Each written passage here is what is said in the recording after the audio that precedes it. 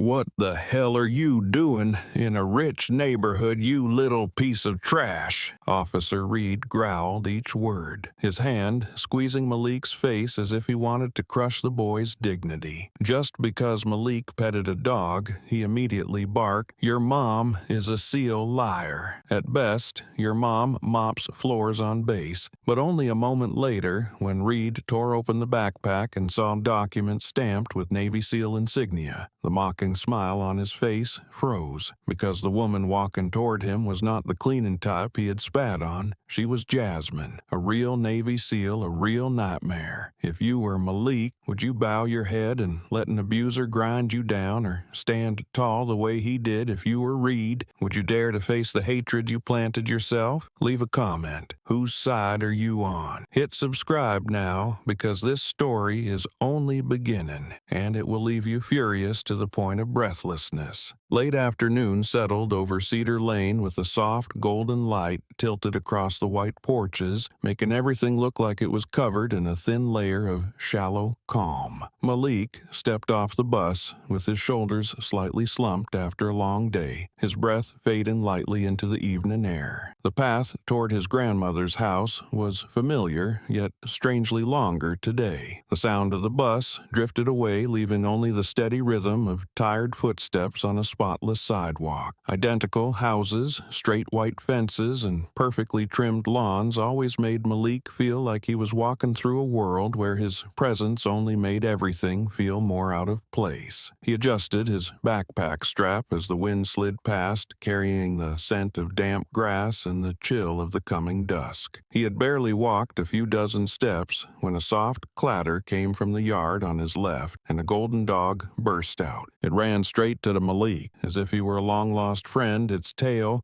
wagging non-stop. Malik froze for a beat, then laughed, the unexpected joy wiping away some of his fatigue and brightening his young face. He crouched down, his hand reaching out to touch the soft fur, his voice slipping out naturally. "Good boy." The dog nuzzled into his leg, too happy to remember it had just run out of the yard. For a moment, Malik forgot he was standing in a neighborhood where every stare always weighed on him like he did not belong. The moment lasted only a few seconds. The front door of the house swung open hard, and the sound of slippers hitting the steps shot across the yard. A middle-aged white woman with blonde hair tied back hurried out, her face flushed and her eyes narrowed in anger. She looked at Malik, then at the dog, then back at Malik. "You trying to steal my dog?" Her voice was sharp like a blade crashing down on the 16-year-old crouched on the ground. Malik startled and stood up, his hands suspended awkwardly. "No, ma'am, I just pet him."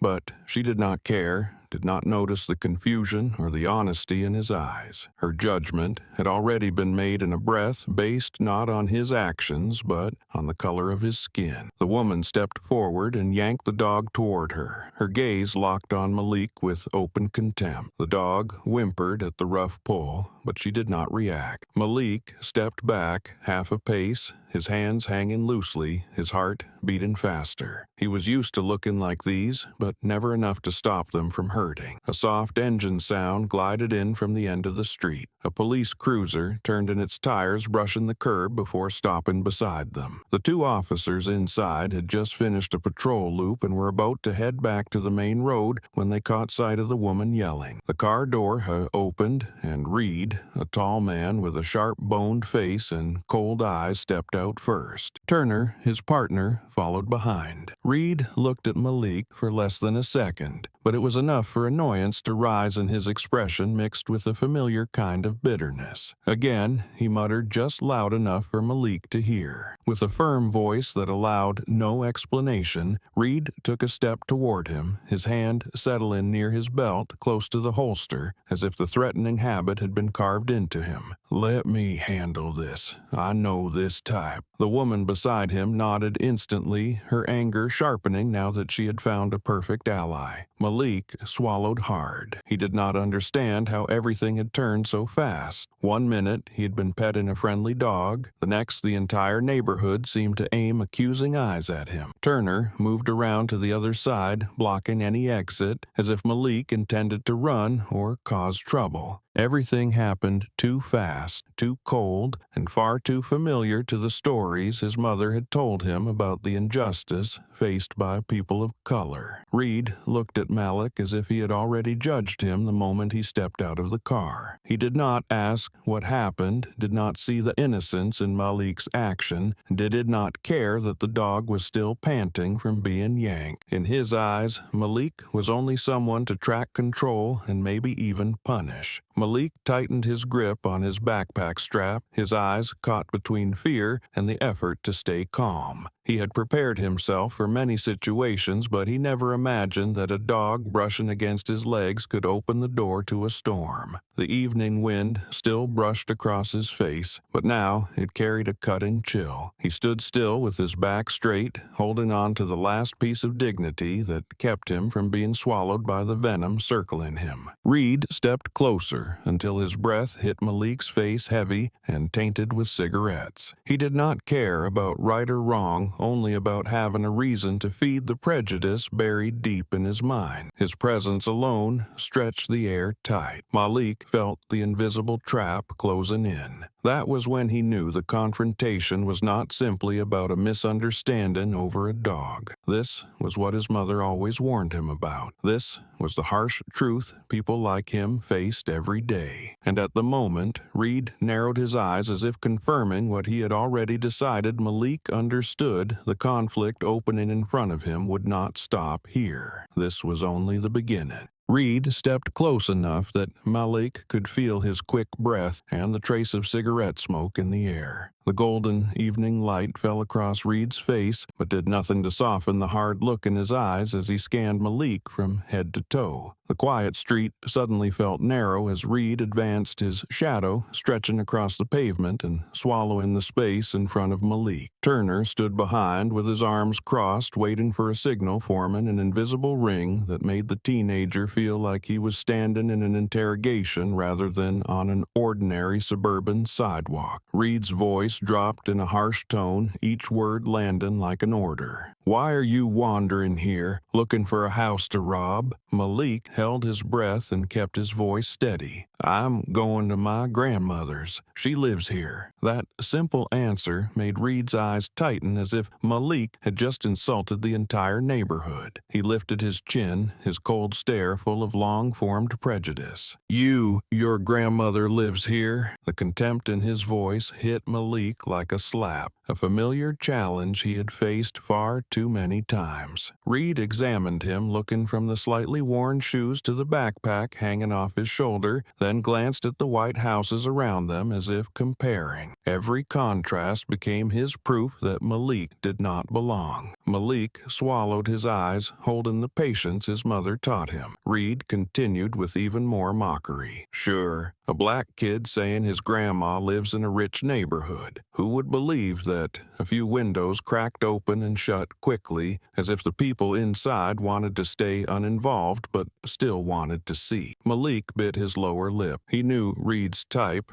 the kind who used suspicion as a weapon and judged guilt before hearing anything. A short silence passed, and Reed held out his hand. "ID. Prove it." Malik opened his backpack carefully, took out his student card, and held it forward, gripping its edges so tightly he feared any extra movement would be taken the wrong way. Reed snatched the card, glanced at the school logo, then flipped it. The name of the school stood out, one of the most prestigious in the state, a place even people in the neighborhood struggled to get their children into. Reed let out a dry, mocking laugh. "Nice prop. A kid as dumb as you goes to this school? Don't make me laugh." The words cracked the last bit of calm inside Malik. Even though he tried to hide it, his throat tightened and his shoulders trembled for a moment. Still, he stood straight and kept his eyes on Reed, refusing to give him the satisfaction of seeing fear. Reed seemed irritated by the silence. He leaned closer, his boot nearly touching Malik's, creating a pressure that felt both close and threatening. Turner stepped forward just enough to block the escape behind him.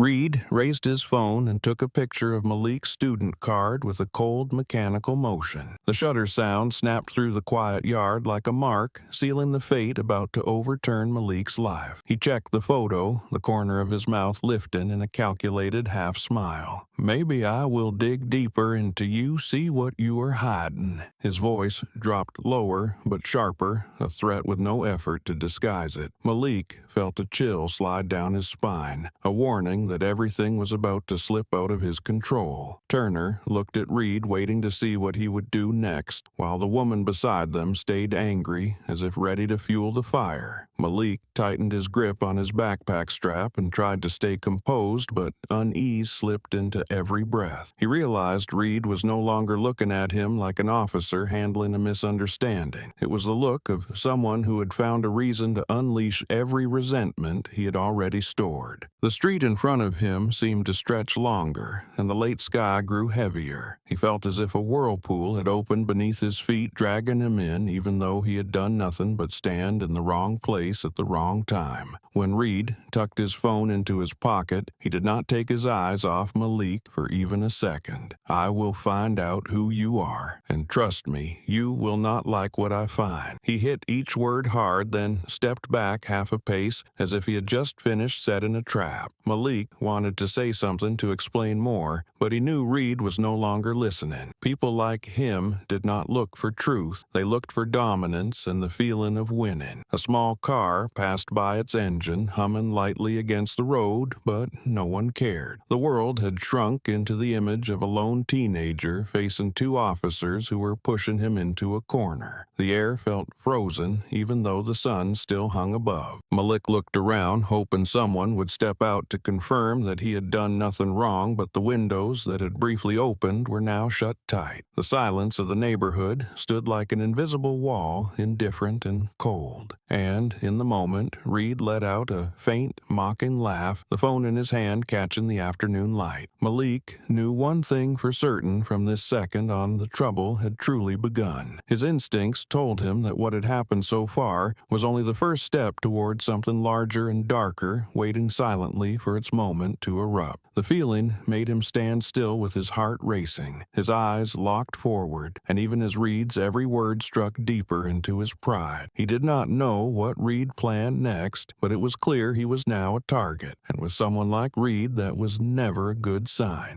The quiet neighborhood air had turned thick, like a silent layer of haze settling in the middle of summer. After Reed's last words, Malik felt as if the entire world around him was holding its breath. The windows that had cracked open earlier to watch now opened wider, revealing curious faces hidden behind curtains. People looked at him with caution, with worry, with a desire to stay uninvolved, but not a single person stepped outside to ask what had actually happened. The evening light stretched across the trees, pulling every second longer, as if the whole neighborhood were watching something they had seen far too many times before. Reed noticed those stares, and what bothered him was not being judged, but the possibility of looking like he was losing control. He drew in a breath, then shouted, "This has nothing to do with them.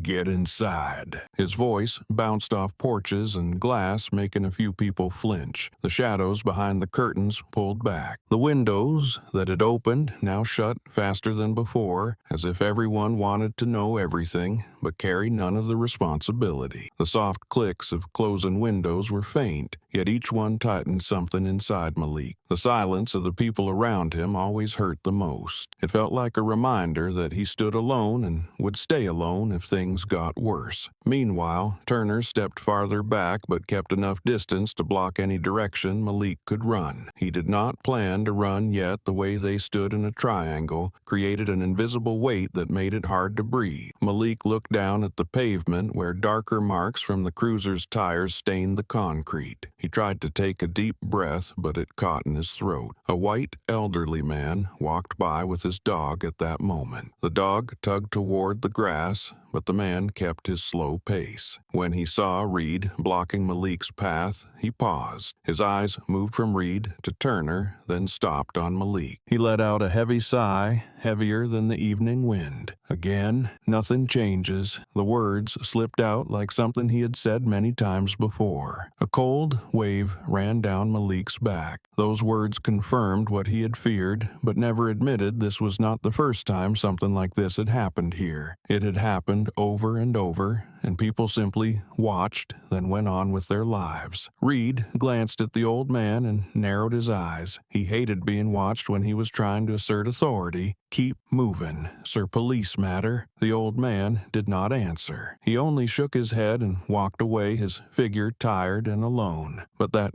quiet indifference, that familiarity hurt Malik more than any of Reed's shouting. Reed turned back to him and the air grew heavier. He stared straight into Malik's eyes, cold and harsh, then forced out each word through clenched teeth. "Confess." "How many things have you stolen in this neighborhood?" Malik's eyes widened slightly, unable to believe such a baseless question was asked with complete seriousness. He kept his voice steady. "I did not do anything." Reed snapped back instantly. "Stop pretending." He stepped closer, so near that Malik felt his shadow fall over him like a dark curtain. Malik forced himself to breathe more slowly. He knew any careless move or word could be twisted by Reed into proof of a crime he did not commit, but the silence only stirred Reed further. He looked at Malik and saw a calmness that did not match a 16-year-old being cornered. That calm irritated him, as if Malik were challenging him. Reed suddenly slammed his hand against the streetlight pole beside them, the metallic clang ringing sharp enough to make Malik flinch. "This attitude makes me even more suspicious. You are hiding something." He spoke without blinking, his dark pupils drilling into the boy. Malik felt a small wave roll through his chest, but held his gaze steady. He had never been pushed to this level before, but he remembered what his mother always told him: staying calm was the one thing he could control in moments of injustice. The wind brushed through the leaves overhead, but Malik no longer felt its coolness. The street that once seemed wide now felt narrowed down to the small space between him and Reed. Turner still stood behind, ready to move the second Reed signaled. The homeowner woman stood a few steps away, her hand on the dog, her stare filled with unreasonable hatred. Malik sensed a shift in the distance as the elderly man disappeared from view, leaving behind an empty, cold space. He looked down at his hands, his fingers trembling slightly before he tightened them. Pushing back now would only make everything worse. Reed was looking for a reason to twist the situation into his own fault. And the moment Malik understood that he knew he was stepping into a spiral where losing control was not an option. Reed stepped back half a pace, crossed his arms, and growled, "I have seen your type plenty. You think I am dumb enough to let you fool me?" Malik stayed still, his eyes showing a trace of helplessness, but also a glimmer of patience. Reed stepped forward again, as if that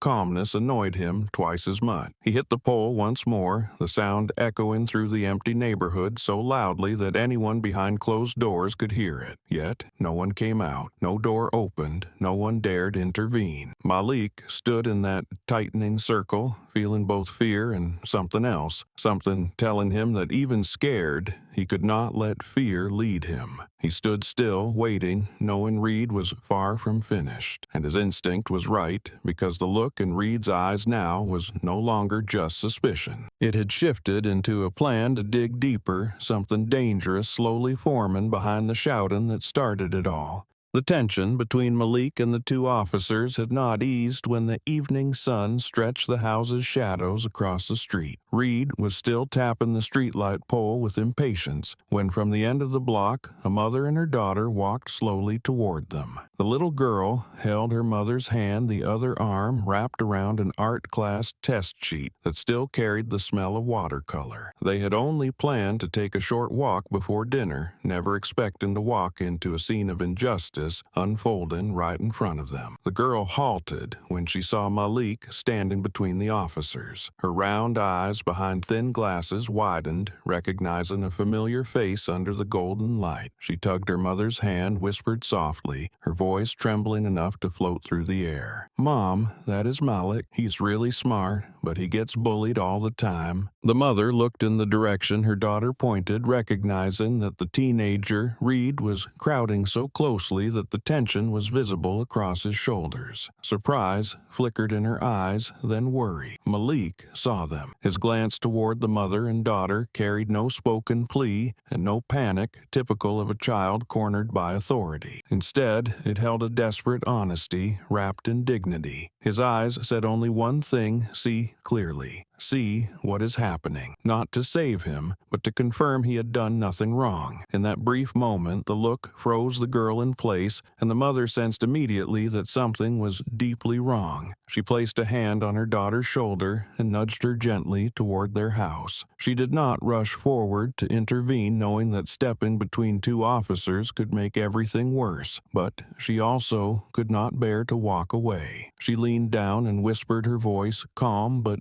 tight like a drawn string. "Go inside. I will turn on the yard cameras." The girl nodded quickly, tears gathering at the corners of her eyes, scared Malik might be facing something far worse than school bullying. The door of the nearby house opened, and they stepped in. The mother immediately pulled up the feed from the security cameras, her hand trembling slightly at the feeling that what was happening outside her home had already pushed far past a simple misunderstanding. The screen lit up with a clear image: Malik standing rigid, Reed pressed close, Turner circling behind as if ready to grab him the moment he was told. Reed's expression in the camera made her spine tighten. It was not the look of an officer trying to clarify an incident. It was the look of a man searching for an excuse to release his resentment on a target he had already chosen. "Stay here. We need to see what is happening," she told her daughter, then stepped closer to the screen, her hand gripping the chair but too tense to sit. The girl stood beside her, clutching her mother's shirt, her eyes locked on the image of Malik being cornered. Outside,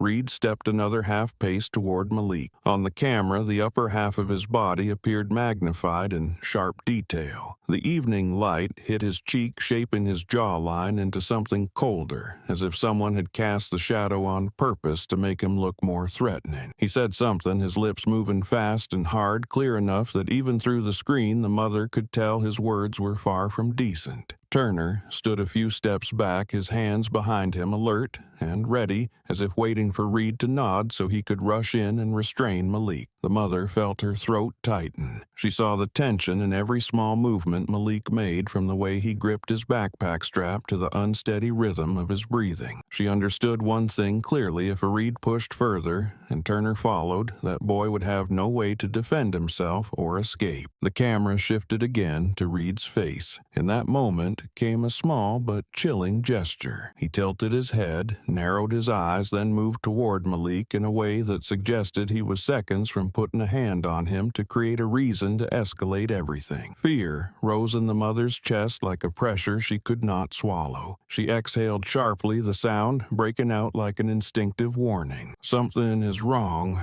That man is not just questioning him." Her voice was low but firm, like a brick dropped onto a table. The girl swallowed hard, staring at the screen without blinking. The room felt so still that the mother could hear the pounding fear in her daughter's chest and the confusion spreading through her own body. The mother knew what she was watching was no longer within the bounds of a routine check. Reed was closing in on Malik with the certainty of someone who had already chosen a conclusion before finding any real reason. The way he leaned in, shifting his weight forward, revealed an intent to escalate a sign any adult who had lived through a tense moment could recognize. Malik stood in the center of the frame, his back straight, his shoulders trembling slightly, his face forced into calm. The mother covered her mouth to stop her breath from bursting out. She felt anger rising, but also a sharp fear that everything could turn bad in seconds. And she knew she had just become a key witness to something far bigger than the homeowner woman yelling at Malik earlier. On the screen, Reed stepped another half-pace closer, the gap between him and Malik shrinking until the mother felt she could almost hear his breath through the camera feed. The auto-zoom made the image sharper, his fierce stare, his dominance, and his hand slowly lifting to chest level. She clenched her teeth. In that moment, she understood her presence, and the video might be the only proof of what was truly happening. And she knew it was not ending here. Something was moving fast and dark right outside her home, and from that instant she realized she was no longer a spectator. She had become the one holding the first piece that would reveal the truth about the day Malik only wanted to visit his grandmother. The air outside Malik's grandmother's house grew heavier after the nearby mother watched everything through her camera and recognized the aggression in Reed's eyes. The sun had lowered, breaking into thin streaks across the sidewalk, but the yard in front of Malik felt stretched tight by his tense breathing. Reed stood before him, his shadow swallowing the last traces of light, creating a darkness Malik could not escape. Behind Reed, Turner shifted slightly to the side, forming a tighter angle that made Malik feel boxed into a corner with no reasonable way out. Reed stared at him for a long moment as if weighing his next move, then suddenly grabbed Malik's backpack strap and yanked hard. The motion was fast and sharp enough to pull Malik forward. He braced himself, but Reed did not care. He tossed the backpack onto the pavement and crouched to rummage through it with rough, careless motions. Notebooks were flung out, hit in the concrete with dull, jarring thuds. A math packet flipped open, loose pages catching the wind and scattering, while Malik's notebook fell into a damp patch left by a recent lawn watering. Malik bent down on instinct, trying to pick up a book, but Turner raised a hand to block him. "Stay still." Malik froze mid-step, his hand suspended above the ground. Reed did not look up. He pulled items from the backpack with no respect, treating each object as if it were potential evidence. A literature book fell, then a pencil case, then a light jacket Malik carried in case the evening grew cold. But Reed's hand stopped when he reached a neatly clipped set of documents sealed in a clear plastic folder. The moment he saw the emblem stamped in the corner, Reed's expression changed. His eyes narrowed, and instead of dropping it, he opened the folder. The pages inside were neat, clearly not something a child could have prepared on his own. At the top of the first page was the Navy insignia,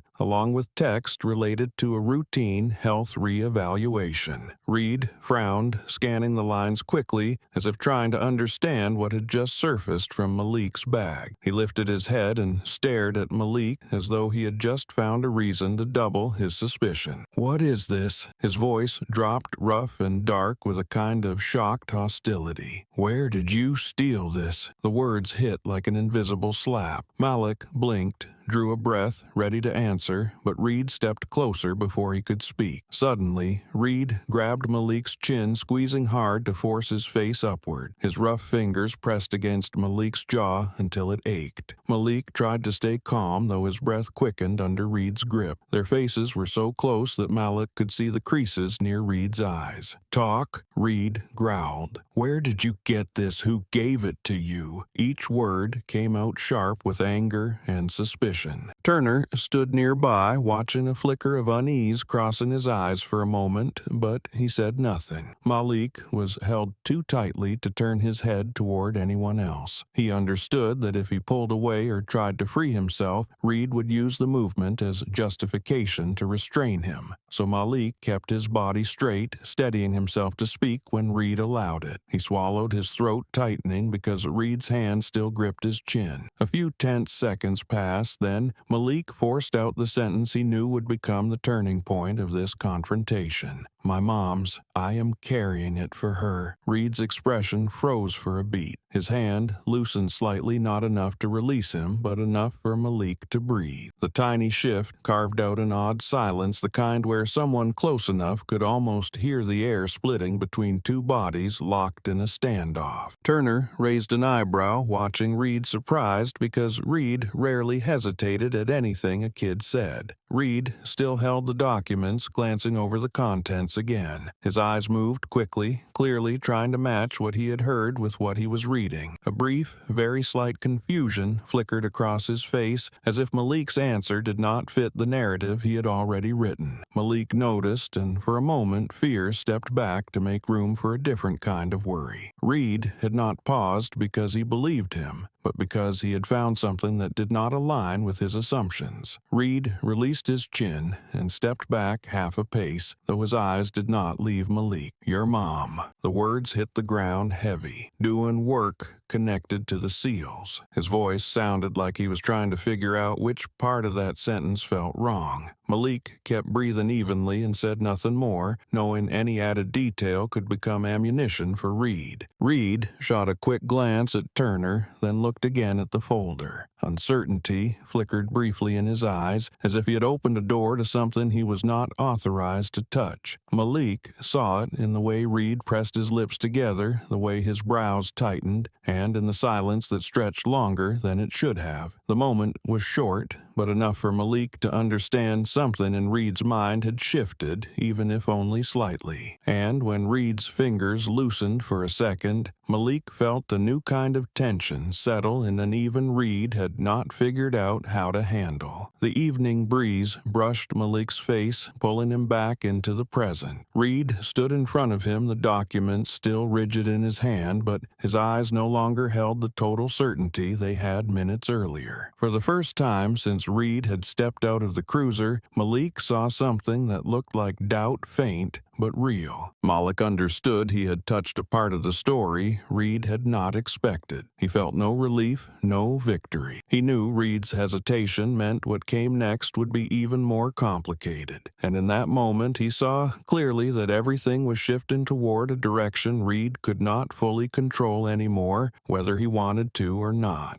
The moment Reed paused after Malik's explanation lasted only a few seconds, but it was enough to shift the air around them. Behind the window of the nearby house, the mother, watching through her screen, felt the change in Reed's demeanor. He no longer looked at Malik as a disrespectful kid. He was now searching for a way to twist the documents into the evidence he wanted. Turner began studying the situation more closely, his eyes flicking between Reed and Malik, as if trying to guess which direction Reed would strike. But that brief hesitation was quickly swallowed by a new surge of anger inside Reed. He lowered the documents and let out a laugh, not one of relief or surprise, but a thick, poisonous mockery. "Your mom?" Reed raised his eyebrows, tilting his head at Malik with such contempt that even the evening breeze seemed to stop across the boy's face. "Someone like her at best cleans floors on base." Every word stung Malik's chest. The insult was not aimed at him, but at the one person who made him feel safe, the person who had raised him with everything she had. The jab hit so sharply that his breath slipped out of rhythm. Malik clenched his fists until his nails pressed into his palms. For the first time since this confrontation began, his eyes no longer held pure patience. They carried hurt and restrained anger emotions that a teenager rarely had the space to show in front of a people like Reed. "You cannot talk about my mom like that." Malik's voice was not loud but firm, each word pushing against the cruelty Reed had just thrown into the air. Ironically, that courage made Turner step forward half a pace, the alertness in his eyes shifting into irritation. "He is being disrespectful," Turner said quietly, but loud enough for Reed to take his permission to escalate. Reed gave a thin smirk at Turner's comment. He did not need another excuse because in his mind, every reaction Malik gave was already permission to press harder. Reed raised his phone, then tossed the stack of documents onto the pavement as if they were worthless. He ordered sharply, "Call your mom,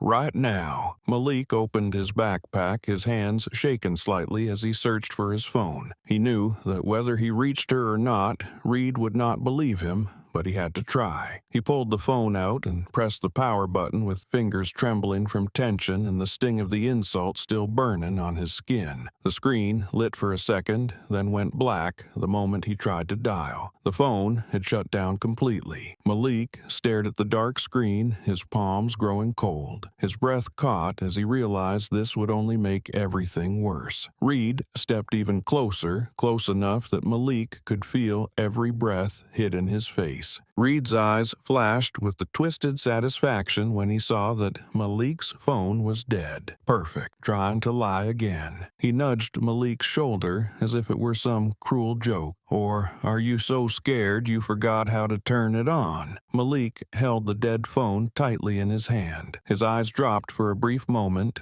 then lifted again as he tried to gather the last bit of composure he had. But Reed did not give him the chance. He placed both hands on his belt, standing like someone about to make a decision that would never favor the person in front of him. "Good," Reed said, his voice dropping with menace. "We are done, kid. Now it is my turn." Those words came out colder than anything he had said before. They were not a command and not a threat. They were a declaration, a statement that from this point on Reed believed he had full authority to do whatever he wanted. Malik felt a chill crawl up his spine as if the season had turned to winter, even though sunlight still lingered faintly in the distance. Reed stepped forward again, close enough to grab him if he wanted. Turner stood behind, eyes locked and ready. The street grew strangely quiet, even the wind seeming to hold still, as if waiting for what would happen next. But just as Reed braced to act, a figure appeared at the end of the road where the gentle slope met the bus stop. The figure walked slowly but steadily, each step measured. The evening light slid across the hair tied at the back of her head, outlining the strong posture and the habit of keeping her spine perfectly straight, something only someone shaped by rigorous training could carry naturally. She was walking toward them, her steps calm and unhurried, yet absolutely certain. Malik turned instinctively. His eyes widened. He did not need a second look to know who it was: Jasmine, his mother. On the porch of the nearby house, the woman watching through the camera saw the figure enter the frame. The girl beside her dropped her art sheets to the floor when she realized everything was changing. The sinking sun lit Jasmine's shoulders as if the entire afternoon had cleared a path for her. She did not run or shout or wave her arms. She walked toward the place where her son was being cornered by two uniformed men with the composure of someone who had walked out of far more dangerous places and could read a situation in a single breath. Reed did not notice it first, and neither did Turner. They were too focused on Malik, too focused on deciding how to push him into the next trap. But Malik saw it, and his heart clenched with emotion. Fear, anger, hope, and relief surged all at once. His whole body felt awakened by her presence. He opened his mouth to speak, but his throat locked. Jasmine was coming, and the moment she reached them, this confrontation would not be the same. Reed was about to face something he had not prepared for, and for Malik, the sight of his mother was a dividing line separating despair from the last light he had been holding on to through an afternoon filled with oppression.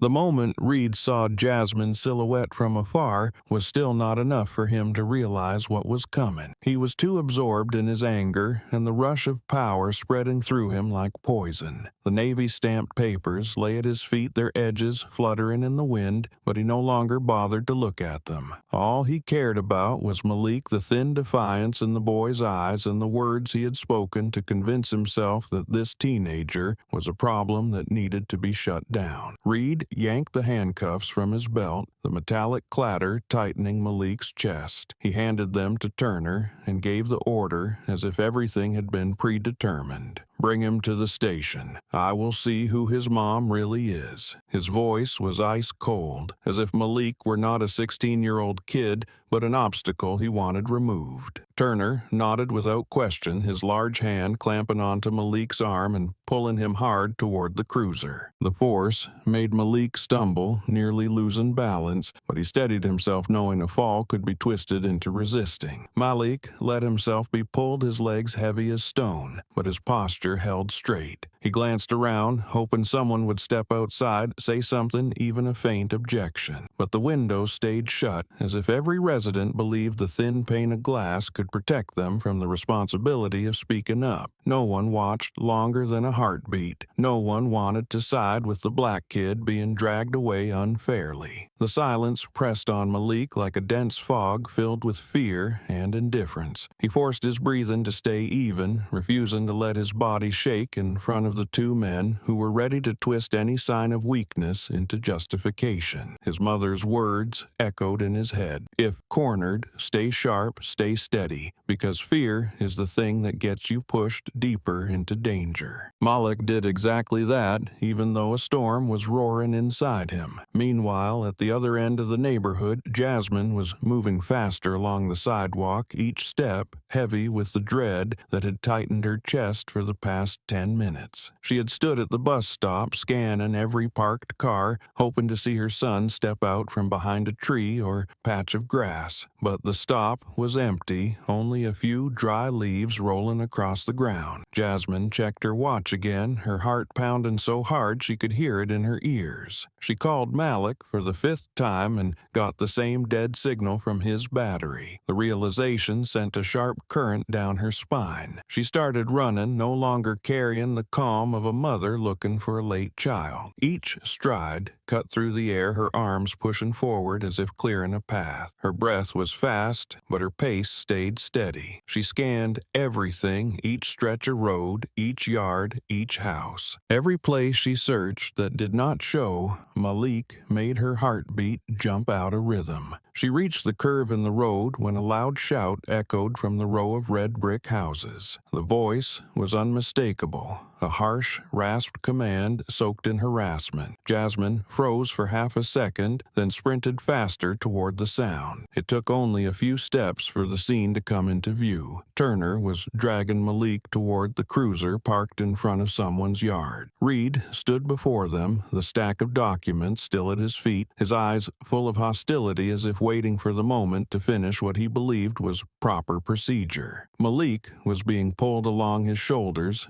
tense to keep balance, his face strained until his lips trembled. The sight hit Jasmine like a punch. Every fear, every instinct, every memory of hearing about black children mistreated fused into a burning rush down her spine. Without pausing a single second, Jasmine launched herself toward her son. Her breath sharpened her steps, slicing across the pavement. Malik. Her voice rang out so hard it made both Turner and Reed jerk around. Malik turned his head, his eyes lifting as if someone had pulled him from the edge of a cliff. He recognized his mother instantly, and his whole body seemed to lighten, even though his arm was still being held. Reed narrowed his eyes when he saw Jasmine running toward them, and there was no caution in his stare, only the same look he aimed at anyone he believed he could overpower. He had no idea that this moment marked a shift he would never see coming. Jasmine closed the distance, her eyes blazing not from fear, but from something deeper and far stronger. The sky behind her stretched into a darkening line, casting a long shadow across the road. Each step she took seemed to crack the air, and when she called her son's name again, the sound cut through every locked window in that neighborhood. Reed stopped and tilted his head slightly to study the woman approaching. Turner tightened his grip, ready for her reaction, though a flicker of hesitation crossed him at the fierceness in Jasmine's stride. Malik looked at his mother, feeling strength surge through his legs. He wanted to run to her to warn her not to come closer to the two men crushing him in place, but Turner's hand held firm. Despair climbed inside him when he saw the mix of fear and unshakable resolve in her eyes. Jasmine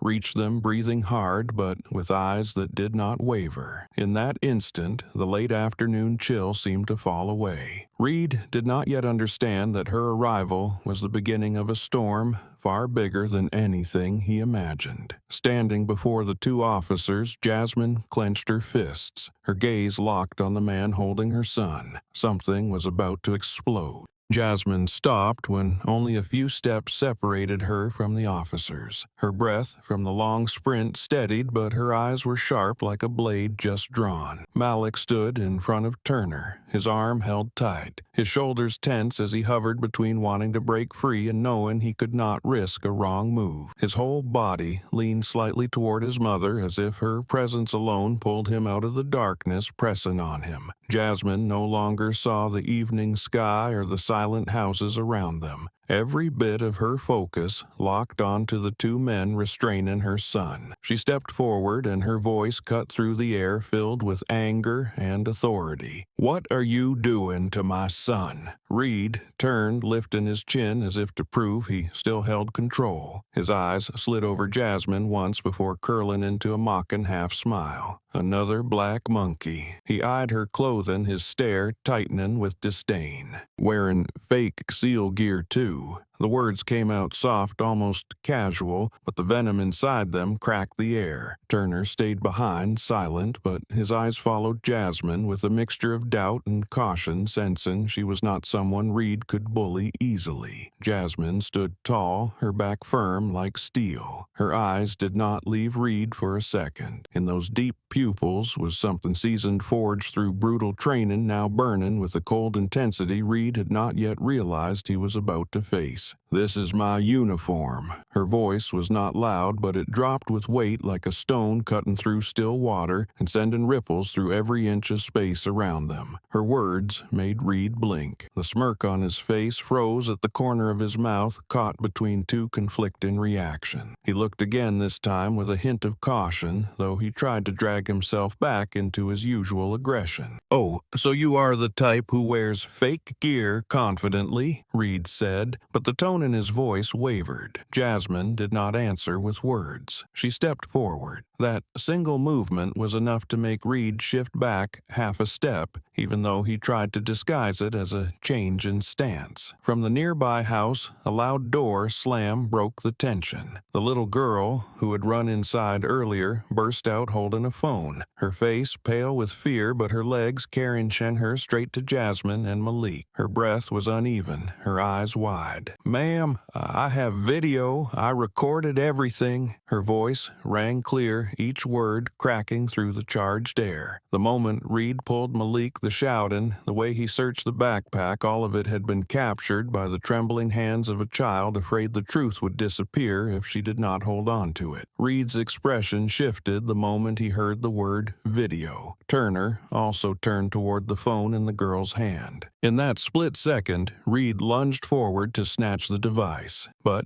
just as his hand swung out, Jasmine reacted with the kind of instinct that comes from years of training. She slid between him and the girl with a speed that made Turner flinch. When Reed's hand reached toward her, Jasmine redirected his wrist with a short, sharp motion, clean and precise. The force of her counter made him stumble, nearly losing balance. It was not an attack, not officially, but it was enough for Turner to realize this woman was trained somewhere. Every reflex could become a weapon. The girl clutched the phone to her chest while Jasmine stood before her, shoulders set like a real shield. The way she moved, the way she protected the child was not something an ordinary person could do. That presence, no matter how much Reed wanted to deny it, rattled him. Jasmine bent down to pick up the documents on the ground. The pages shifted by the wind, but were still clean and well kept. She lifted them, brushed the dust from the edges, then straightened. As her shoulders rose and her chin lifted, the last slant of daylight hit the small object clipped to the front pocket of her outfit. A faint, metallic click sounded as she opened the small case attached to her gear. Something slipped from the fabric, catching the light like a blade drawn from the dark. It was the gold trident, the insignia of the Navy SEALs. Jasmine held it between two fingers and raised it directly in front of Reed's eyes. The gold reflection washed across his face, freezing his gaze. "This is enough to make you answer for what you have done." Every word dropped heavy and precise, shaking the air between them. Reed's face drained. His skin, already flushed from anger, turned pale pink. Turner stepped back out of instinct, not from the threat itself, but because he knew exactly what the trident meant. No ordinary person could wear it, not even an ordinary soldier. It belonged only to those who had survived the harshest training in the United States military, people who had completed missions counted in the hundreds, many of which they were never allowed to speak about. Jasmine stood there without shouting, without adding another threat. Her presence alone, with that small emblem in her hand, shattered everything Reed had built up all afternoon. He no longer looked at her the way he looked at other women. He looked at her like a storm waiting for him to make one wrong move so it could rip everything apart. Malik, though still held by Turner, felt it too. His whole body seemed lighter as he watched his mother stand between the two officers with the strength he had always known. Every fear inside him condensed into a single, deep breath. He understood everything was about to shift, and from the look in his mother's eyes, he knew that from the moment Jasmine arrived, Reed was no longer the one in control. The neighborhood fell into a chilling silence. A few of the windows that had slammed shut earlier now cracked open again. They were no longer seeing a teenager being cornered. They were seeing a SEAL operative standing her ground, protecting her son, protecting the truth, ready to face two officers who had crossed the limits of authority and ethics. A completely new chapter of the confrontation began here, and this time the balance had shifted to Jasmine. Jasmine's arrival with the gold trident stunned the entire neighborhood, and within only a few short minutes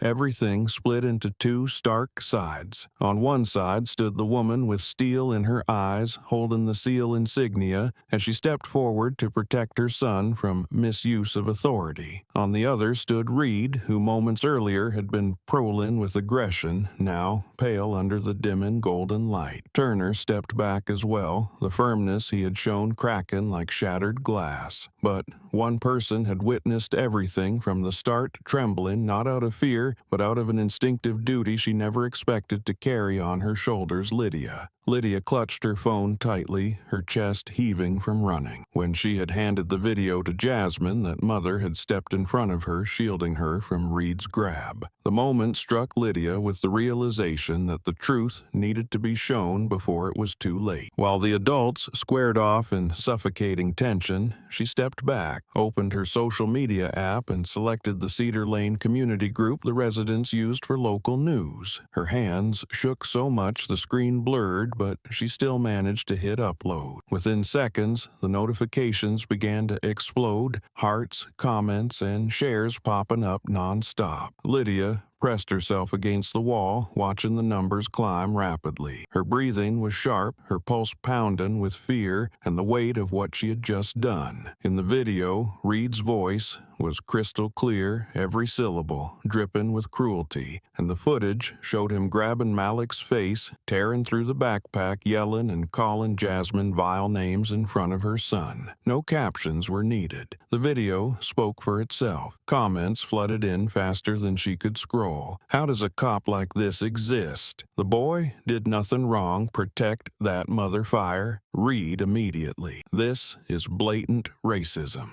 The voices from everywhere were rising into a wave. In under 10 minutes, the video spread beyond the small community group. A popular account reposted it with the caption, "Police abuse of power in a wealthy neighborhood, here is the proof." No one expected a clip recorded by a 12-year-old with trembling hands to become the spark that ignited the entire online community. The repost spread so quickly that Lydia could only stare in disbelief as the numbers soared. Every view, every comment felt like another beat pushing Cedar Lane's silence into the heart of a growing storm. Inside nearby houses, residents received notifications on their phones. Some jumped from their couches, staring at the screen as Reed's face filled it, yelling at Malik. Others, panicked, peeked out the window and slammed their curtains shut, unsure what would come next, but aware of one truth minutes earlier they had watched and stayed silent. Now, every eye was glued to the small screen in their hands where the truth stood clearer than ever. While the online anger grew by the second, small news sites began receiving messages from users demanding coverage. A freelance reporter sitting in a cafe 3 blocks from Cedar Lane got the link. Halfway through the video, he stood up, packed his things, and rushed out the door while calling his editor. 3 other local outlets reported a sudden spike in searches for Cedar Lane racist cop. Any case with signs of racial bias spreads fast, but this time the footage was too clear, too direct, too brutal to ignore. Meanwhile, Reed stood facing Jasmine, unaware of the storm exploding behind him. He did not realize the girl had uploaded the video. He only sensed the shift in Jasmine and could not figure out why his dominance was suddenly crumbling. It was only when Turner pulled out his phone, the screen flashing non-stop, that Reed frowned. "What is it?" he snapped. Turner stared at the screen and froze. 1 second,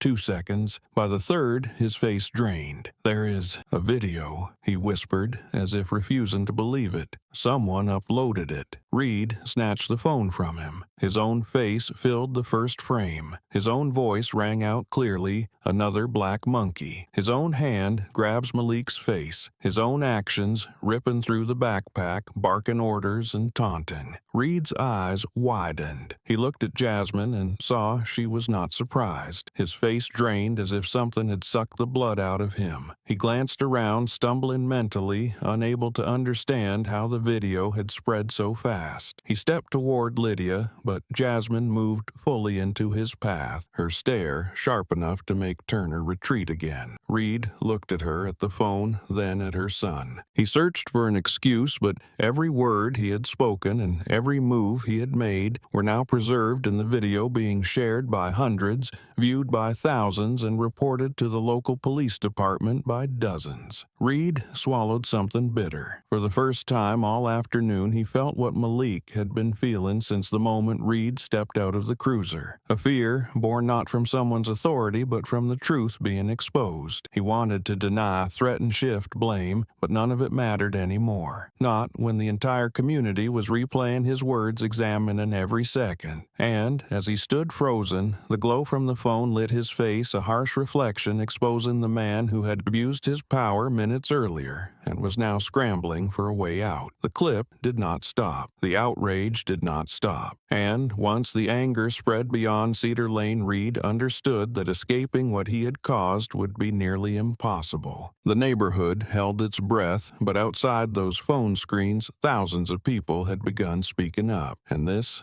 was only the beginning. Only a few hours after the video was uploaded, the atmosphere inside the Cedar Lane police station had shifted so sharply that even the night shift officers felt the strange weight pressing over hallways, usually buzzing with radio chatter. Outside, sirens from other patrols echoed past the windows, but inside the emergency meeting room the silence was so tight it felt like everyone was holding their breath. A door slammed open, and the station chief Harlan marched in, looking ready to burst into flames. His face was flushed, his eyes wide, not with shock, but with the fury of someone who understood the situation had already slipped beyond the station's control. Reed was dragged into the room, his shoulders slightly hunched, his uniform wrinkled from earlier when he pulled the cuffs and shoved Malik around. Harlan threw a printed stack of reports onto the table, the pages scattering and slapping the wood with a dry smack. "What the hell did you do,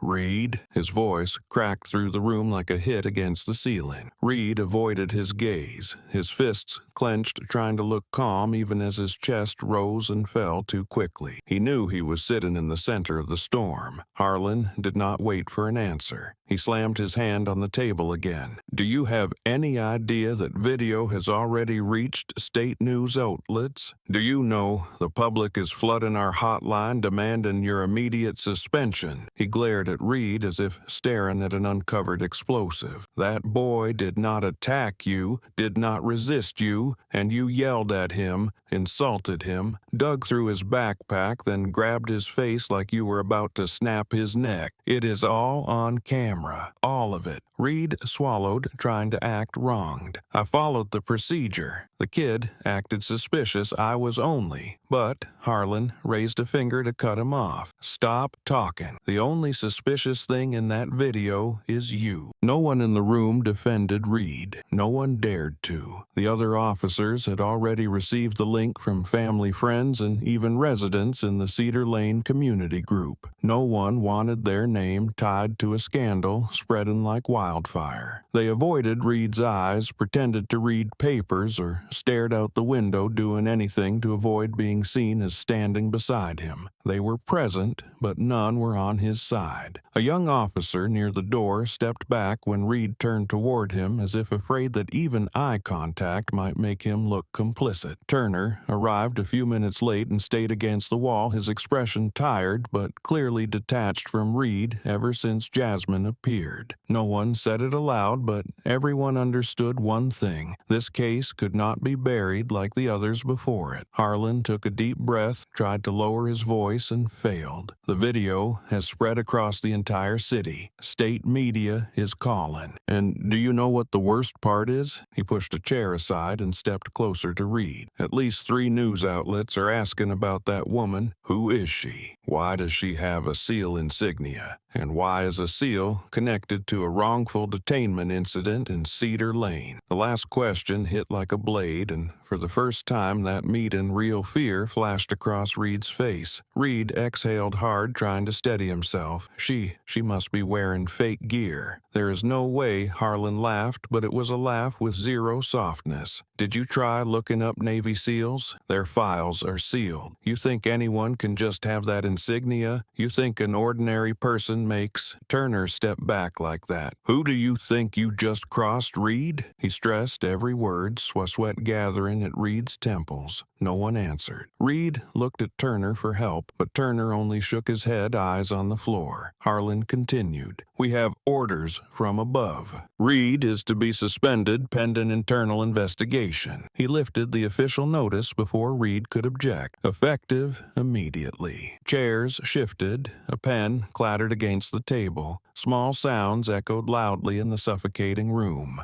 Reed stood frozen. He stared at the suspension notice as if it were a sentence he had not prepared for. Everyone understood this was no minor incident. They could not cover for Reed. They could not ignore it. They could not smother the story. It had already grown beyond their reach. In Reed's mind, Jasmine resurfaced like a shadow, an adversary he never imagined facing. She had stood there with the gold trident, gleaming with eyes sharp enough to make him step back. He replayed every movement she made, every firm stride, every cutting word. He remembered how Turner backed away the moment he saw her insignia. From that moment on, Jasmine clung to his thoughts like a deep scratch he could not erase. He returned to his office and slammed the door. The blue glow of his computer screen lit his face. He typed Jasmine's name and every related keyword he could think of. Nothing appeared except the most basic citizen records restricted by default. No photos, no work history, no social media, no meaningful data. Just cold, empty space where information should be. All of IIST is classified under military security. Reed slammed his hand on the desk. No way. He flipped through search pages, scrolled through thin scraps of data he hoped to exploit, but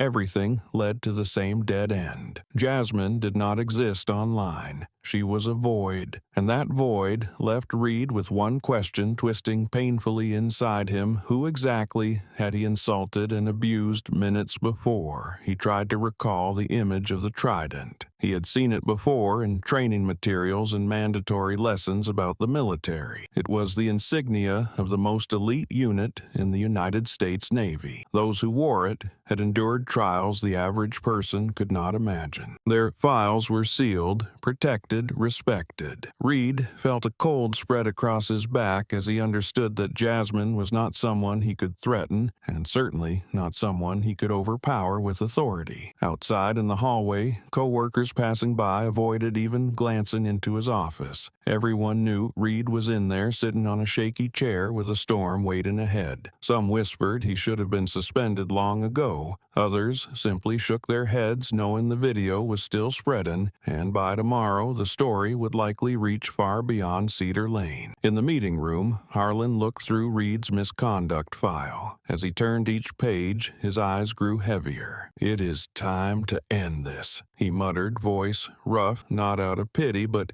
because he knew this moment marked a turning point for the entire station. The door Reed had slammed himself into now had no exit. From the second the video went public, his fate had shifted. Outside, public outrage was erupting. Inside, Reed was becoming consumed by the name Jasmine like a stubborn shadow clinging to him. And deep within him, a new kind of fear was taking shape. A fear not born from guns, interrogations, or superiors. It came from a woman whose records were locked behind military security, and he had crossed the wrong person. The next morning, Cedar Lane sat under a thick layer of fog so heavy it muted the first sunlight into thin streaks floating above the red roofs. A strange silence covered the neighborhood, as if everyone were waiting for what would follow the storm from the night before. Lydia's video had spread everywhere faster than any news the area had seen, and although Jasmine refused to watch it again, every message arriving in her inbox reminded her of what her son had endured. Malik sat inside his grandmother's house, holding a warm cup of milk, but the fear from the previous afternoon still lingered in his eyes. Jasmine watched him from the doorway, her gaze softening for a rare moment before her resolve returned straight and unshakable. She stood up, changed into simple but neat clothes, tied her hair back, each movement steady, with the calm of someone who had survived too many trials. Malik's grandmother placed a hand on her shoulder, a light and warm touch, like a silent blessing. Jasmine nodded in thanks, then stepped outside her stride, firm on the path leading to the main street. She waited for no advice, no suggestions. She knew exactly what she had to do, and she would carry it through to the end. City Hall sat on the corner of the boulevard, a bright brick building with wide stone steps descending to the sidewalk. As Jasmine climbed those steps, the seriousness of the place blended with her strength, drawing the attention of passers-by. Inside, the clerk at the reception desk shot upright when she approached. They might not have known her identity, but they had certainly seen the video. Their expression made it clear they understood this was not a mother filing a complaint about a mistaken detainment. This was someone coming to end a problem. Jasmine placed the file on the counter, her voice clear and firm. "I am here to file a lawsuit against Officer Reed of Cedar Lane." The clerk opened the folder, hands trembling slightly at the unusually long list of accusations. Jasmine made sure each charge was visible abuse of power, racial discrimination, and threatening a minor. She did not need to say more. The words carried their own weight. The clerk looked at her for a few seconds, then nodded and forwarded the documents to the legal department faster than usual. Some cases required hesitation, but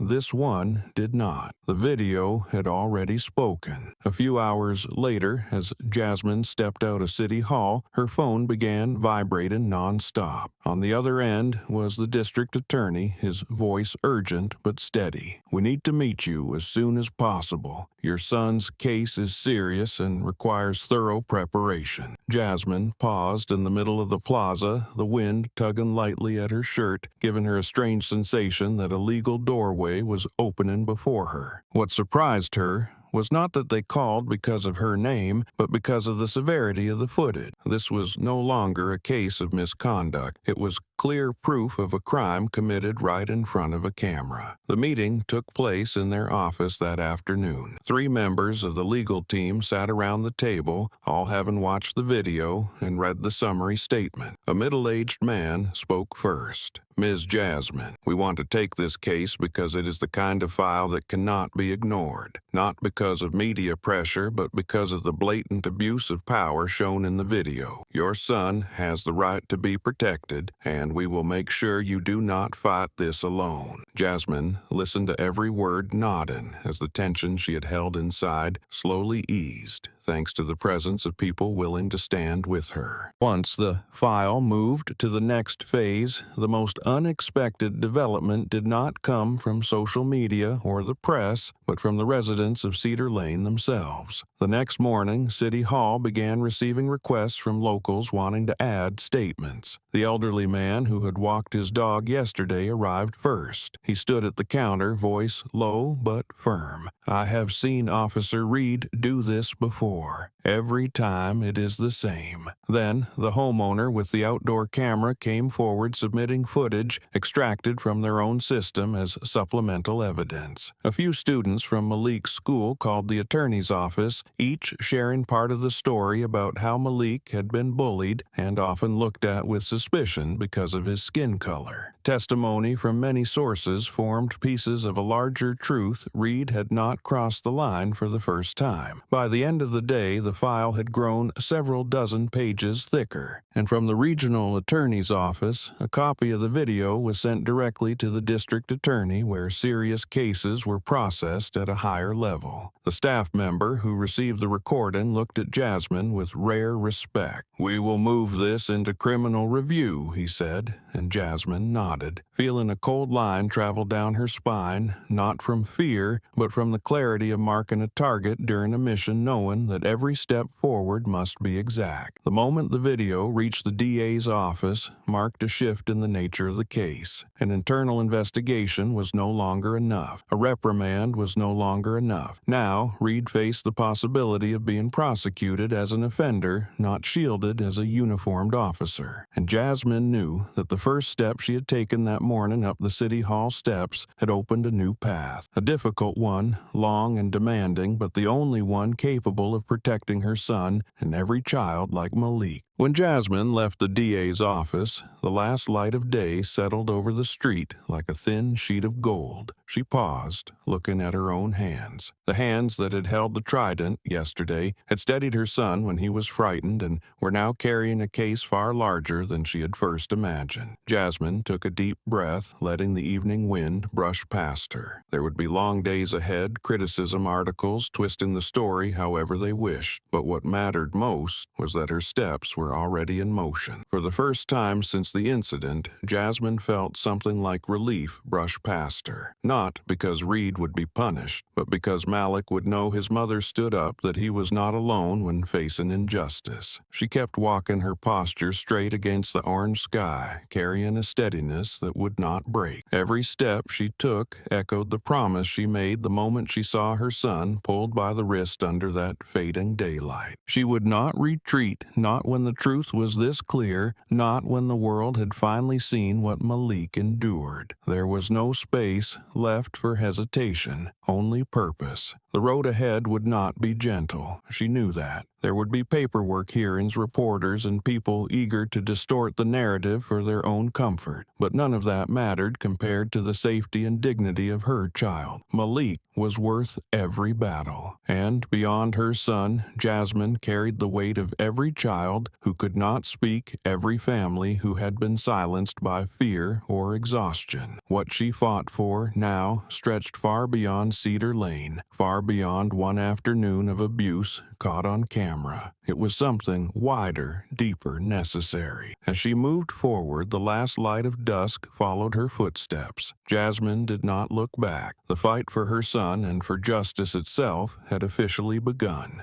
The third morning after the video went viral, the Cedar Lane police station sank into a heavy silence so dense that even a single keystroke made the whole room flinch. No one wanted to mention Reed, and no one dared ask about Jasmine. They all knew internal affairs, the IA division of the department, had officially stepped in, and once IA arrived, every secret long buried would be dug up without mercy. Inside a closed conference room, the IA team opened Reed's files one by one. Thick stacks of documents sat in tall piles marked by OLD yellowing covers. A young but seasoned IA officer opened the first file, his focus so sharp the others could feel the weight of the investigation. Starting with the most recent complaint, he said quietly. But as he flipped the next page, a thin note slipped out. He picked it up, skimmed it, then lifted his gaze, his brow tightening. Why was this never processed. Everyone looked at each other, but no one answered. The note was a complaint from a black teenager 6 months earlier, accusing Reed of searching his backpack without cause. The case had been marked insufficient evidence and closed within 2 days. The IA officer turned more pages, and with each one, his expression hardened. Another case closed prematurely. He pushed that file aside and opened the next, and another one. 10 minutes later, the tally exceeded anything anyone expected. A total of 15 complaints over several years, including abuse of authority, verbal harassment, minor assault, and racial slurs. All of them shared the same pattern, marked by Reed's colleagues as not a serious issue or complainant uncooperative. The entries matched the kind of quiet protection common in small departments where personal loyalty often outweighed professional rules. Another IA officer let out a long breath and tightened his grip on his pen. 15 complaints, and not a single one investigated properly. He tapped the table, eyes sharpening. "This isn't a problematic officer. This is a protected system." They kept going.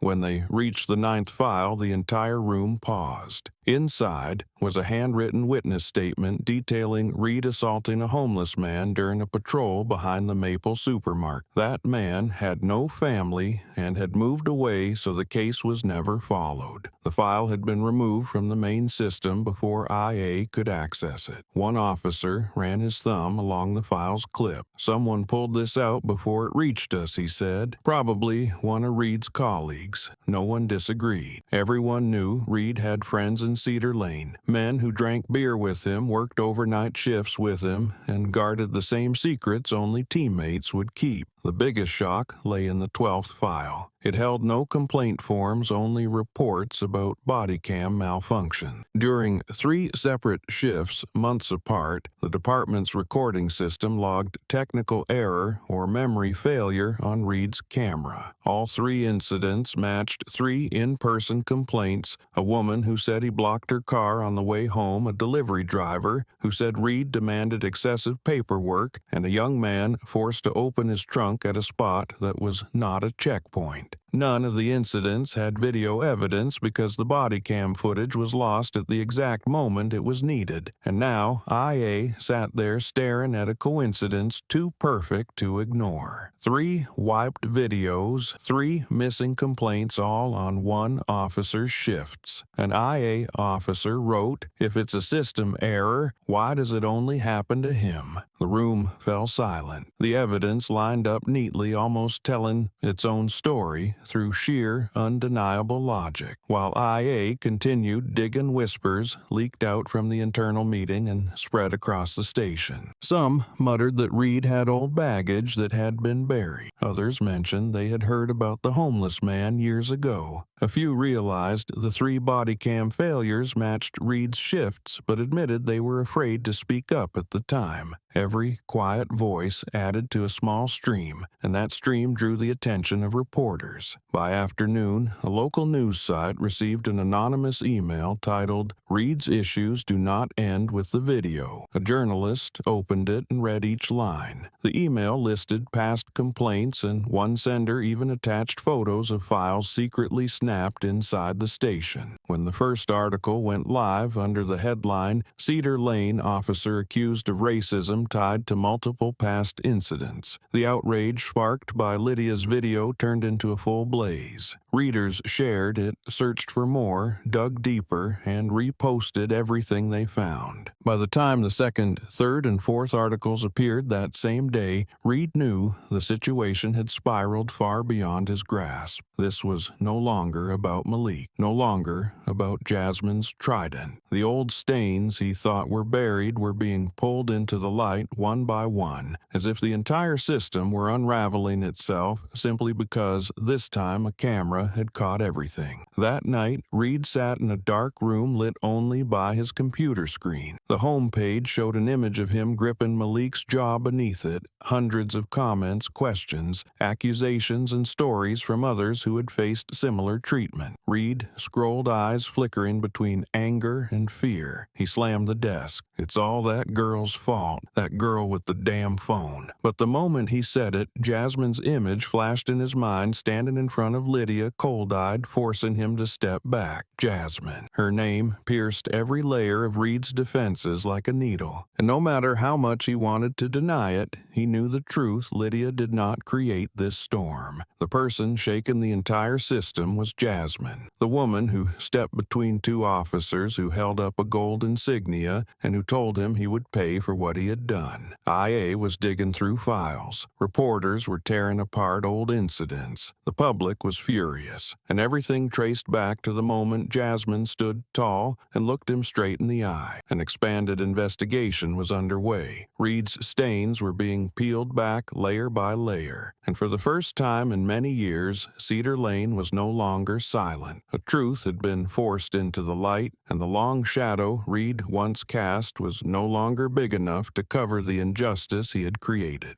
The hearing was held in the council chamber of the city police department, a wide room with dark wood-paneled walls, a high ceiling, and cold yellow lights falling across the faces of those waiting for the truth to be exposed. Chairs were arranged in 2 rows, one side for legal representatives and the victim's family, the other for the involved officer and his attorney. The air was as tight as an overstretched wire, every small breath audible. Each footstep on the floor made the room feel as though it were compressing, bracing for the unavoidable confrontation. Reed entered wearing a uniform stripped of its badge under his suspension order. He walked in, trying to appear composed, but the damp collar sticking to his neck betrayed him. His eyes swept the room, and when they landed on Jasmine, seated at the front with her legal team, his shoulders tightened. He stared at her with a mixture of fear and defiance, trying to rebuild the arrogant wall he used to hide his unease. But he also knew that in this room every mask could be torn off. Jasmine sat straight, her hands folded on the table, her steady gaze so calm that those nearby looked twice, unsure whether she was pretending to be strong. She was not. That calm was real. It was the demeanor of someone who had survived far worse than a hearing. When Reed walked past her to reach his seat, Jasmine did not look up or away. She kept her eyes forward,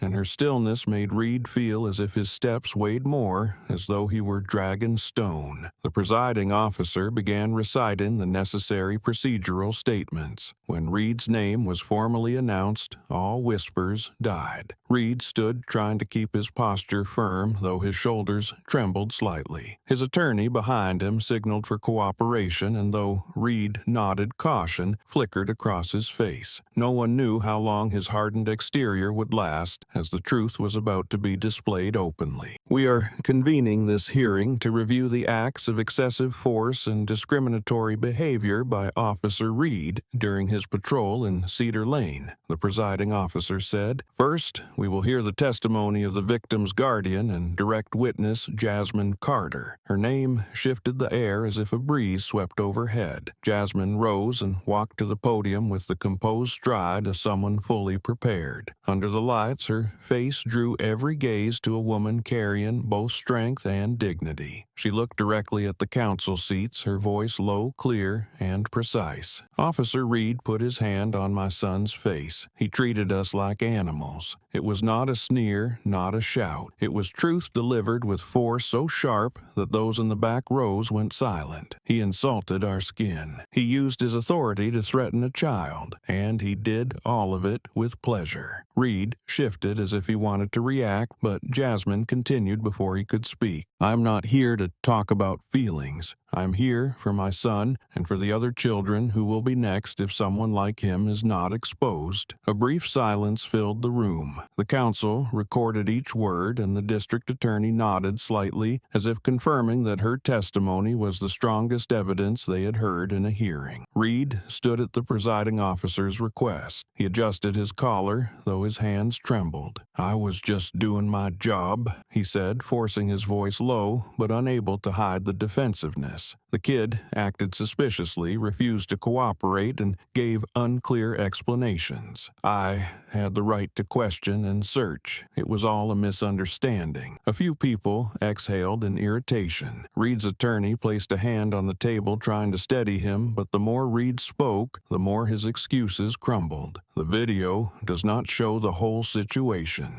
Stop, the presiding officer cut in. What you are saying will be reviewed later. First, we need to view the video the community submitted. Reed froze at the words "the video." A staff member turned on the large screen on the opposite wall. The lights flickered before the frame appeared. The room held its breath. On the screen was Reed himself, face flushed, hand gripping Malik's chin, his voice barking, mocking, insulting, everything captured so clearly that Reed felt as if he were facing a version of himself from that afternoon. Then the line echoed through the chamber speakers, sharper and louder than before, impossible to bury or deny. Another black monkey. The sound cut through the room like a blade slicing through what little defense Reed had left. Council members stopped writing. One woman frowned in anger. Another clenched his fist. No one could hide their shock. Reed stood motionless. He stared at the screen as though looking at his own verdict. No escape,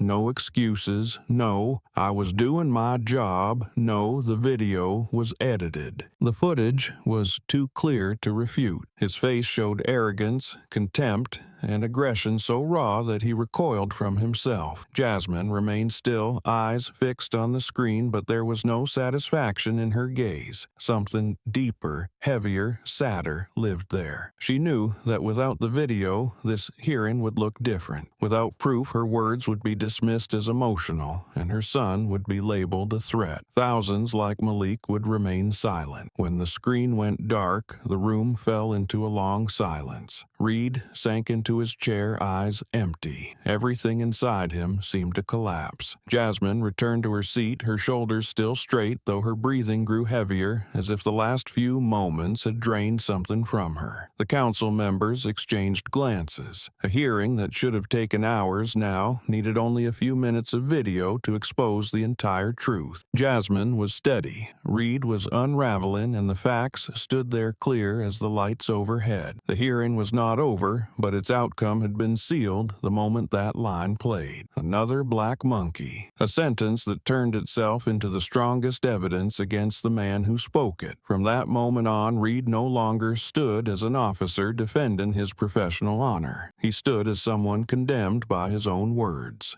The hearing ended in a long, heavy silence, not one meant to ease tension, but one signaling a larger wave about to break. When Reed left the room, his steps dragged while Jasmine walked slowly but firmly, like someone who had already steadied herself for any outcome. Outside the police headquarters, the fading afternoon light thinned into a pale mist as wind nudged the flags at the gate. A few reporters waited from afar, but the hearing was sealed, leaving them with only fleeting glimpses and no access to more information. Still, everyone understood once Reed stepped out of that room, his fate had already turned in a different direction. The next morning, Internal Affairs released its final findings. A thick file was placed on the table before the legal team, Jasmine, and the council members. Under the cold white lights, each page looked sharper, exposing every detail of Reed's act. I read the conclusion calmly, but every phrase landed with the weight of stones hitting the floor. Conclusion: Officer Reed Caldwell is criminally charged with 4 counts. The reader paused briefly. First, assault of a minor. Second, abuse of authority while performing official duties. Third, racial discrimination during enforcement. Fourth, falsifying and altering reports to conceal misconduct. Jasmine listened without much change in expression, but a faint glint moved in her eyes. It was not joy, but the recognition that what Malik endured had finally been named for what it was. Malik had not been misunderstood, not disrespectful, not suspicious, not asking for a search. Malik was a victim, and Reed was the perpetrator. The district attorney's team took notes, then stood to speak. Given the severity of the case and the precedents in Reed Caldwell's file, we are recommending the highest prosecutorial measures allowed by law. He opened the documents. Officer Reed is a repeat offender with a total of 15 buried complaints, 3 body cam failures occurring precisely during citizen reports, and 1 assault on a homeless man with signs of file suppression. This shows a long pattern of abuse, not a single lapse. The room fell silent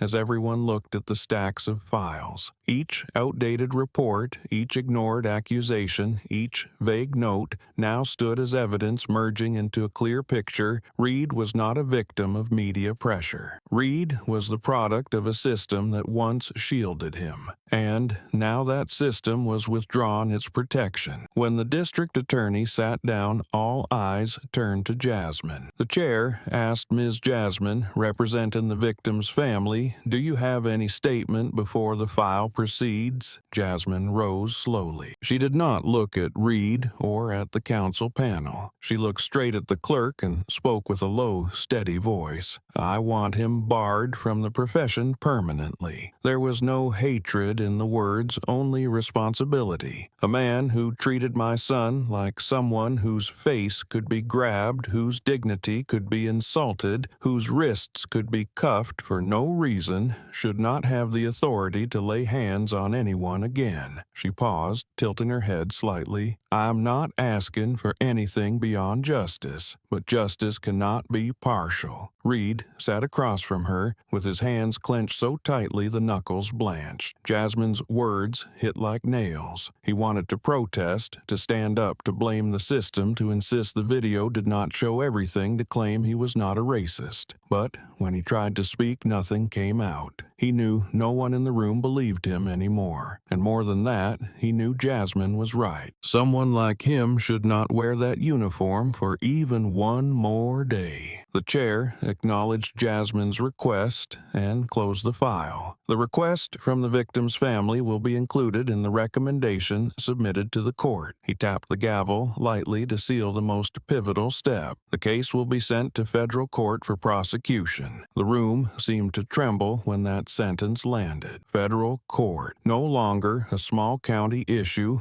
no longer an internal decision, no longer the matter of one officer abusing power in a suburban neighborhood. The scope had expanded beyond Cedar Lane. This was now a criminal case, elevated because it revealed systemic violations within the local police force. What Reed did was no longer just misconduct against Malik, but an emblem of racial bias and abuse of authority within law enforcement. Reed exhaled sharply as if the air had been drained from his lungs. He had never imagined it would go this far. He thought he would be reprimanded, suspended for a few months, then returned to duty. He thought things would be wiped clean like before, when co-workers softened reports, when complaints were buried, when victims stayed silent out of fear. But this time was different. This time there was a video. This time there was Jasmine. This time Tahee whole community was watching. When the meeting ended, Jasmine gathered her papers, bowed to the council, and stepped out. Light from the hallway washed over her in a soft but resolute glow. People nearby stood as she passed, some nodding in quiet gratitude. She did not smile, only return the gesture. Her steps were neither heavy nor hurried. They were the steps of someone who now held the most important thing, the truth. Inside, Reed remained seated. He did not stand right away. He stared at the wooden panel ahead, at the files scattered across the table, then at his own hands. Hands that once held a gun, once wrote reports, once embodied authority. Now those hands trembled. For the first time in many years, Reed felt the world no longer stood with him, and he understood that the federal court was not a place where one came to beg for mercy. In the hallway, Jasmine kept walking. Behind her, the hearing room door eased shut and clicked softly, yet the sound carried far. It was the sound of one phase of the fight closing and the beginning of the next, tense but full of hope. The case file had left Cedar Lane.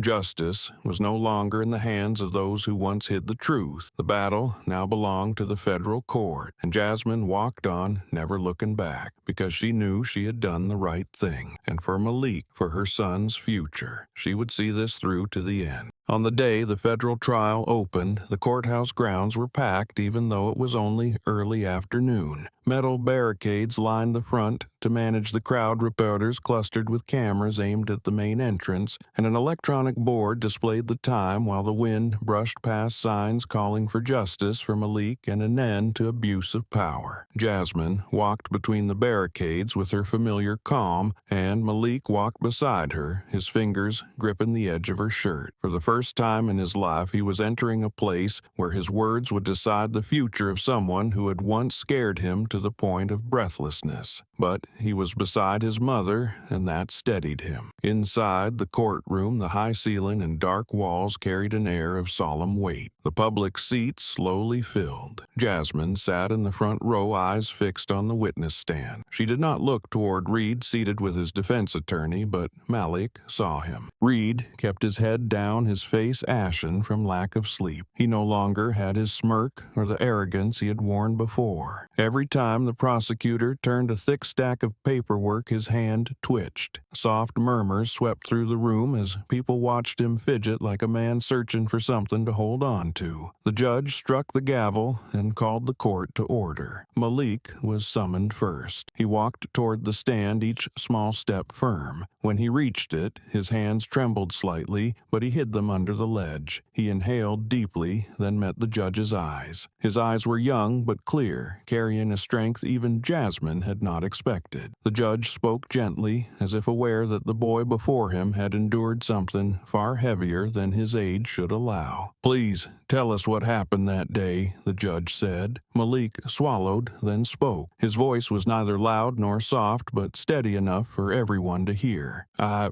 was just petting the dog, sir." The simplicity of the line made the entire room still for a beat, not because it was complicated, but because it exposed how senseless the entire ordeal had been. Malik went on recounting each detail, his voice alternating between steady and tight, but never defensive or exaggerated. He told how he was walking to his grandmother's house, how the dog ran to him, how the homeowner screamed, how Reed arrived and refused to let him explain. When he described Reed grabbing his chin, Malik's voice thinned, but he kept going because Jasmine was right below him and he knew he had to finish. When Malik stepped down from the stand, the people in the courtroom looked at him with a mix of sympathy and respect. Jasmine rose and placed a hand on his shoulder, just enough to let him know he had done well. The next witness called was Lydia, the girl who had recorded the video. Her small frame made a few people uneasy, but when she sat at the stand with her phone clutched in her hands, the room fell silent. She looked at the judge, then briefly at Jasmine. "I saw my friend in danger, and I was scared that if I did not record it, no one would believe us." The line made several people blink quickly. She recounted everything she saw, how Reed searched the backpack, how he yelled, even how Jasmine had to stop him from grabbing her phone. Her words were small but sharp because they came from a child with no reason to invent anything. The elderly man who had been walking his dog stepped up next. He stood slightly hunched, but his voice was steady. "I have seen this happen many times," he said, his eyes turning toward Reed, not with anger, but disappointment. "I was not surprised by the video. I was surprised that it finally got recorded." The entire courtroom held its breath because that one sentence showed the incident was no accident. Reed was the sort of man who, if never filmed, would keep doing this to anyone he decided looked wrong. The homeowner with the security camera was called after. She presented footage from her yard and described the moment she realized Reed was closing in on Malik and OT to question him, but to corner him. A second video was played on the large screen, and everyone saw the same pattern of behavior from Reed impossible to justify. When his turn came, Reed stood with difficulty. He knew the video would bury him, but his attorney insisted he speak. "I was doing my job," he repeated, his voice breaking. "I thought the boy was suspicious. I did not mean to be racist." But no one believed him. No one could, with his recorded voice still ringing in their heads. Each time he said, "I did not intend," the prosecutor pulled out another old complaint. Each time he said I was misunderstood, another clip played. Reed's eyes shifted from worry to panic, then finally to despair. He could not outrun the evidence. He could not outrun himself on video. When the arguments ended, the judge remained silent for a long time. He looked at the files, then at Reed, then at Jasmine and Malik. The room went still like water waiting for a stone to drop. When the judge finally spoke, each word rang out like a gavel inside everyone's chest. After reviewing all evidence, witness testimony, and investigative findings, the court finds Reed Caldwell guilty of assaulting a minor, abusing authority, discriminatory conduct, and falsifying reports. He drew a short breath before continuing. Sentence 5 years in federal custody and permanent disqualification from law enforcement. The final line sent a wave of murmurs across the courtroom. Jasmine closed her eyes for a second, releasing the weight she had carried since that day. Malik looked at his mother, his eyes lighter unbound. It was not childish joy he felt, but something deeper, the certainty that he had been defended, that his mother had fought to the end, that the truth had prevailed. Reed collapsed into his chair, both hands covering his face. The officers beside him stepped forward, placing a hand on his shoulder to prepare to escort him out. That image, a man who once used his position to crush others, now trapped by the very seat he relied on, became a moment no one in the room would ever forget. Jasmine turned to Malik, resting her hand on his back, and together they walked out of the courtroom. The wind outside hit harder as the doors opened, as if the world had shifted from the moment they first stepped in. Malik lifted his face to the sky, and for the first time in weeks, he felt like he could breathe. The sentence was set. Justice had been delivered. But their story was not finished, because justice was not an ending, but the beginning of something new.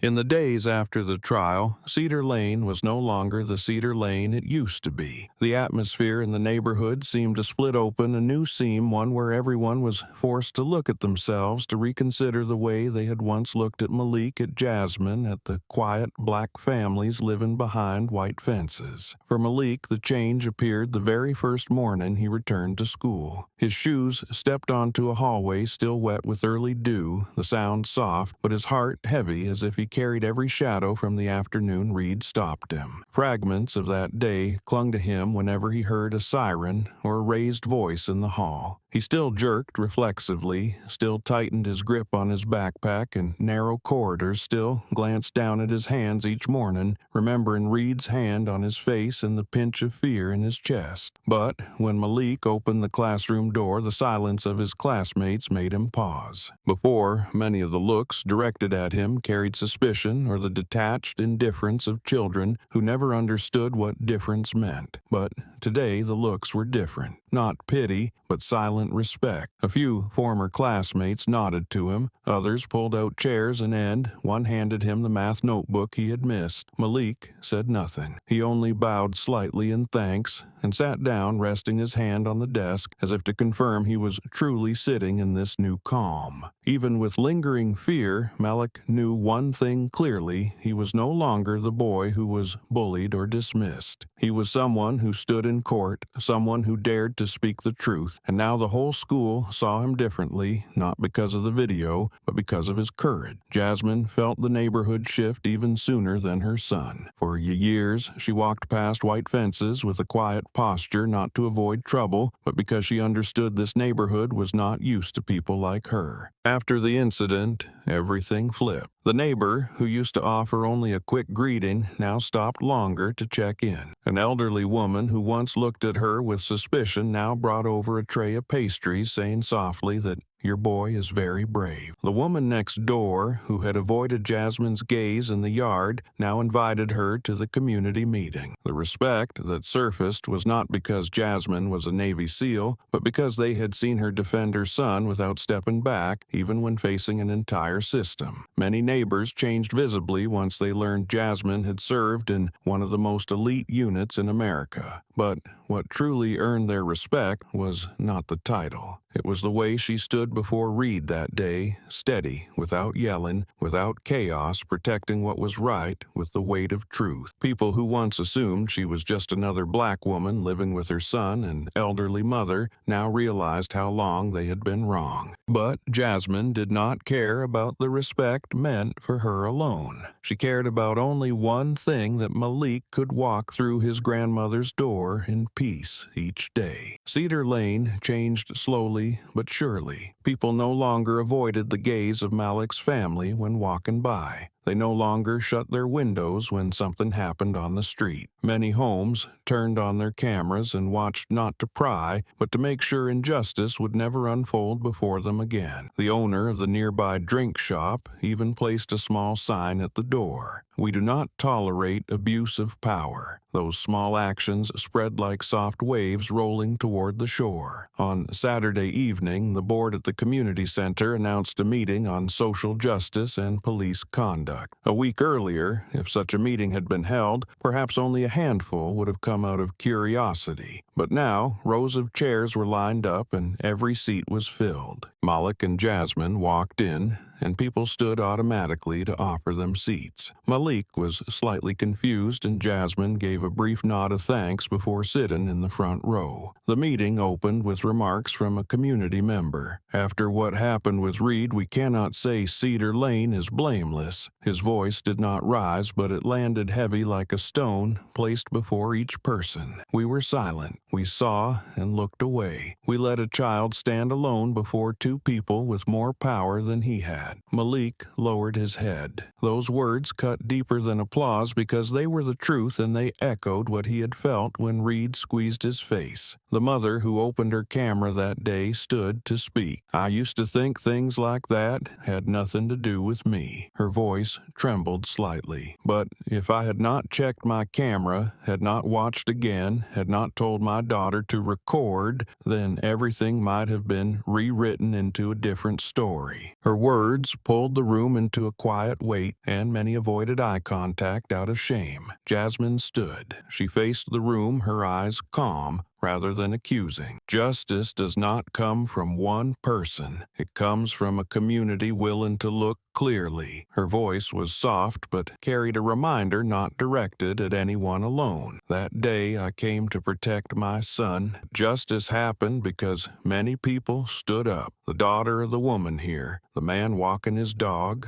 the people who filed statements. No one did anything grand, but each did their part." In the wide room, Jasmine's words tightened the atmosphere into something like a shared circle. Malik looked at his mother with gratitude. He realized the meeting was no longer about his incident alone, but about opening a new dialogue for Cedar Lane. A Cedar Lane where he did not have to stare at the sidewalk when walking, did not have to flinch at a siren, did not have to hold his breath when seeing a police silhouette in the distance. By the end of the meeting, the moderator proposed regular gatherings to strengthen respect and understanding among the neighborhood's diverse residents. Everyone agreed. Malik looked around and saw that the eyes directed toward him no longer held curiosity, but recognition. They saw he was not an outsider. He was one of them. And they had learned that in a way no one wanted, but in a way that had become necessary. When the meeting ended, Jasmine placed her hand on Malik's shoulder. The two of them stepped out of the community center into the warm, gentle afternoon light. Malik looked at the street, the old houses, the white fences that once made him feel he did not belong. Now they seemed washed in a different kind of light. He took a long breath, not exhaling out of fear anymore, but inhaling to feel that he belonged here. Malik's new life began right then. A life with wounds and shock, but also with change. A life where he no longer had to lower his head and hurry through the neighborhood. He knew he still carried memories he would never forget, but he also knew that from the moment Jasmine stepped in front of Reed, everything had turned toward a different path. And for the first time in a long while, Malik's steps on the road home were no longer heavy but steady, light, and full of hope.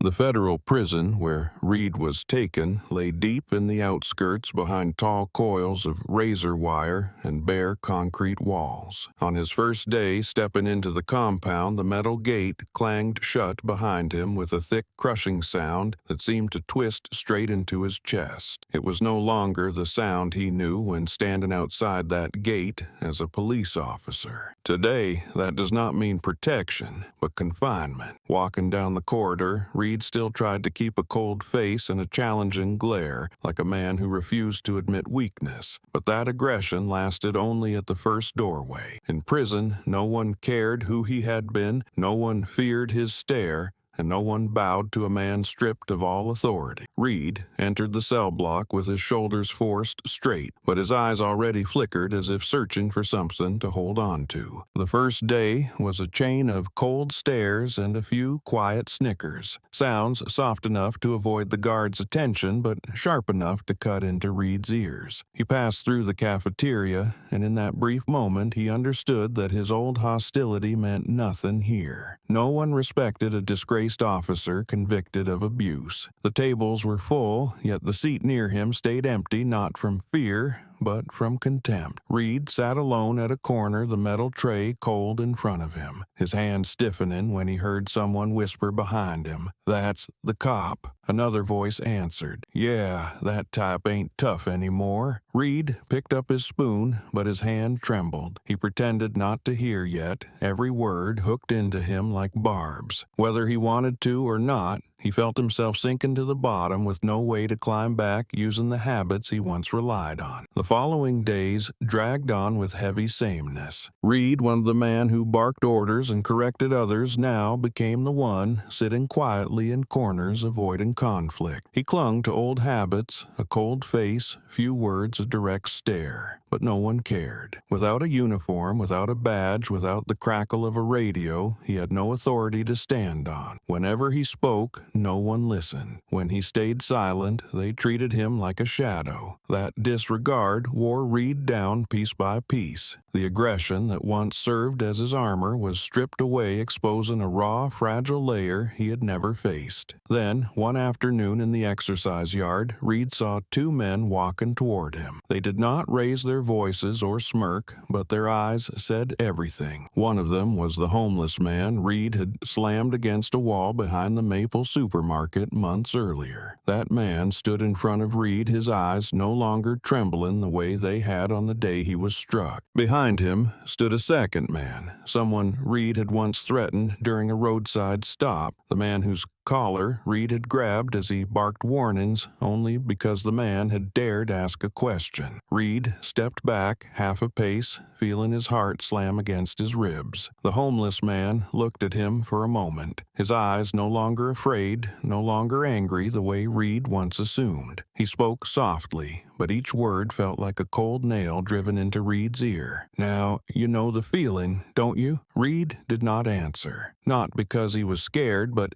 because he could not find a single sentence to defend himself. The man did not hit him, did not shove him, did nothing except look straight into his eyes as if forcing Reed to see himself. Then both men walked away, leaving Reed standing in a hollowness so deep he had to grip the edge of the water basin to keep from collapsing. That night, Reed sat on the bunk bed staring at the moldy ceiling. The flickering neon light cast a slanted shadow of him across the wall. He remembered every word Jasmine said during the hearing, remembered Malik's eyes when the boy tried to stay composed but still trembled in court. Reed pressed a hand to his forehead, trying to chase the memories away, but they kept returning scene after scene, refusing to fade. He remembered the moment he grabbed Malik's jaw, remembered his own mocking laugh, remembered how he treated the boy's fear as entertainment. Those memories no longer brought any feeling of triumph, but burned like small flames against his chest. And for the first time, Reed felt troubled. Not because he feared prison, but because he was beginning to understand that the action actions he once considered normal by procedure or teaching them a lesson had really been sharp wounds he carved into others, people weaker than him who had no power to fight back. Reed's eyes stung not from pain, but because the deepest wound came from realizing he had lived his whole life as a man who thought he was strong but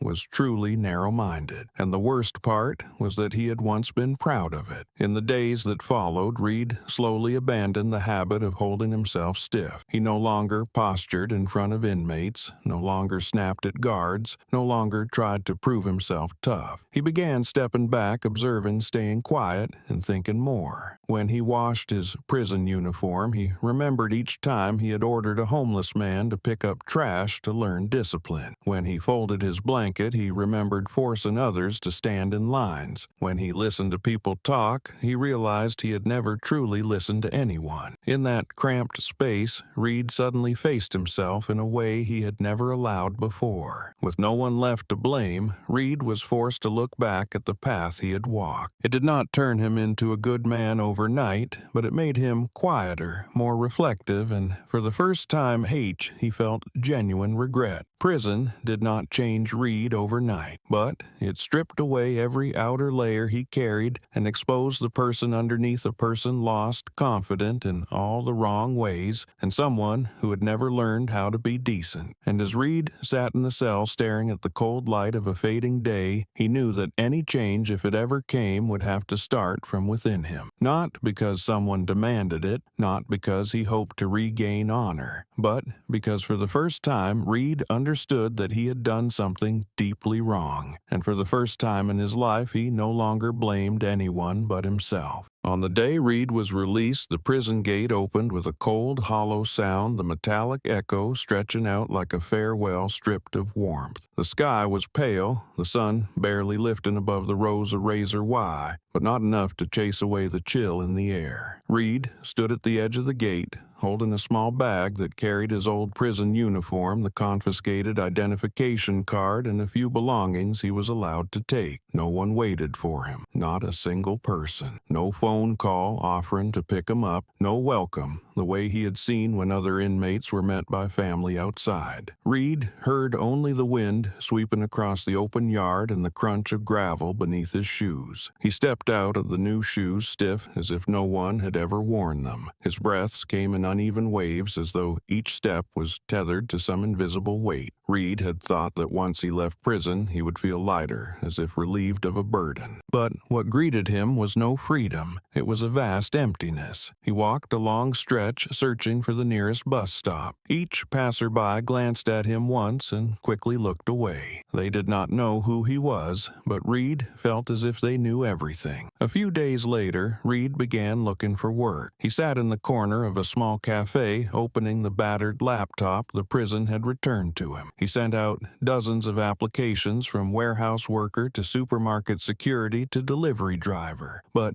every application failed. The section on his resume listing former police officer should have helped him, yet it had become a liability. Anyone who searched his name found the articles, the video, the conviction. Reed read each rejection email, the explanations all the same. "We appreciate your interest, but the position has been filled by someone more suitable." More suitable? Reed clenched his hand. He knew it was a polite way to avoid saying what everyone already understood. He was a name to avoid a stain no company wanted. He had become a discarded piece, a man once shielded by the police force, now abandoned by it entirely. No former colleague called. None checked on him. Even Turner, the colleague who had stood beside him that day, had not looked at him once since the trial. One night, Reed returned to his small rented room in a rundown neighborhood, the air damp with the smell of mildew creeping through the peeling walls. He dropped onto the bed, eyes fixed on the water-stained ceiling. A sigh slipped out before he realized he had made a sound. In the dim yellow light, Reed remembered the first moment he saw Malik. The boy stood under the late mid-afternoon sun, his hand still brushing the dog's fur, his expression shifting from surprise to fear within seconds because of Reed's arrival. Reed remembered that look clearly, eyes neither defiant nor understanding, only trying to explain in vain. The memory resurfaced so clearly that it tightened his chest as if someone were squeezing out his breath. Reed suddenly understood why the boy trembled when he grabbed his chin. He remembered the way Malik said, "I did not do anything," a sentence he had once treated as a lie. And now, in this cramped room, Reed understood it was not resistance. It was the truth, a truth he had refused to see. In the dark, Reed saw Jasmine again, the woman who stood between him and little Lydia, the woman who lifted the golden trident like a warning, but also a reminder that his silence in that moment had turned him into a full-fledged abuser of power. Reed had never met anyone like her. No yelling, no fear, no retreat. She simply stood firm, filled with the strength and integrity he had never possessed. Those thoughts rolled in his mind all night. Reed sat up, dragging a hand over his face, and for the first time in many years he touched the realization that he had gone too far. There was no one left to blame, no one to hide behind with "I followed procedure," no colleagues to shield him, no more conveniently malfunctioning videos to save him. And in that stillness, one question rose inside him: what would he do with the rest of his life? Early the next morning, Reed stood before the mirror. He saw a gaunt face, tired eyes, but also something new, a small but unmistakable spark of wanting to make things right, not to regain honor, not to prove anything to anyone, but because he could no longer bear carrying Malik's image like a wound that refused to heal. He put on an old jacket and stepped outside, heart pounding, because he knew exactly where he was headed: Malik's grandmother's house. The road he walked was not the road of a man begging for mercy, but of someone trying to reclaim the part of himself he had lost. Reed stopped in front of the house with its neatly trimmed lawn and low trees lining the walkway. He drew in a long breath. For the first time in his life, he stood at a place where he knew he had no right to be. But more importantly, for the first time in his life, he was not there to command, not to intimidate,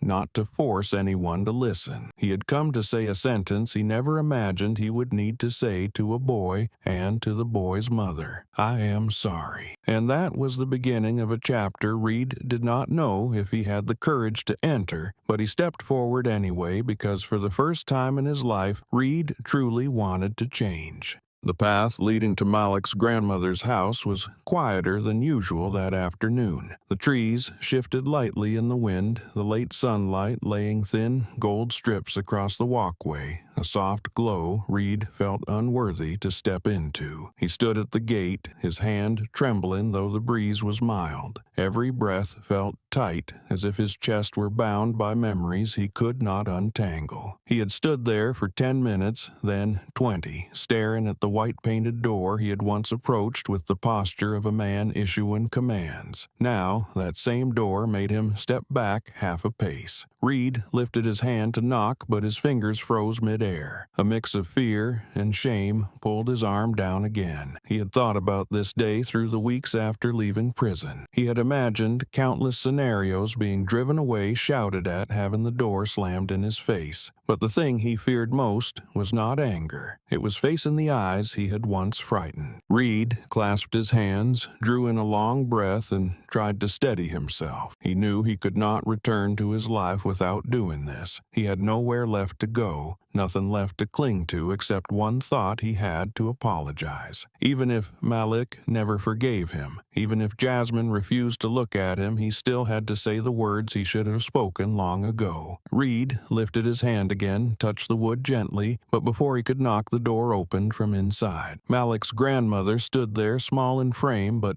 with eyes deep and clear like night water. They stared at each other for a long moment, and Reed felt exposed down to the part of himself he always tried to hide. She did not look surprised to see him. Her mouth trembled slightly, then she let out a sigh heavy with the weight of years spent witnessing injustice. She spoke in a low, slightly raspy voice of someone who had endured much. "I knew you would come." The words shook Reed, not because she said them sharply, but because they carried a truth he had not expected she had been waiting. Not to hate him, but because she understood that sooner or later he would have to face what he had done. Reed lowered his head, his voice tight. I want to see Malik. She looked at him for several seconds, then stepped aside just enough for him to see the figure standing in the living room. Malik stepped out from the back room, now 17 taller than Reed remembered Dee and steadier than the boy burned into his memory. His shoulders were broader, his eyes no longer trembling like the day he stood on the sidewalk. He was no longer the child forced under the weight of a police officer's power. Standing before Reed now was a young man, a calm, composed someone who had walked through fear and become stronger for it. Malik looked at Reed with eyes that held no spite, no avoidance, but no easy acceptance either. Reed felt his feet root into the tiles beneath him. He turned just enough to see Malik, without forcing the boy to face the stare he once used to intimidate. He tried to speak, but his throat clenched. After a long moment, Reed managed a few words. "Thank you for agreeing to see me." Malik did not answer. He simply stood straight, his hands resting at his side. His grandmother placed a hand on his shoulder, then turned back inside, leaving the space on the porch for the two of them to face what was still unfinished between them. When the door closed, Reed swallowed the lump in his throat. He felt as though he were standing before a judge again. But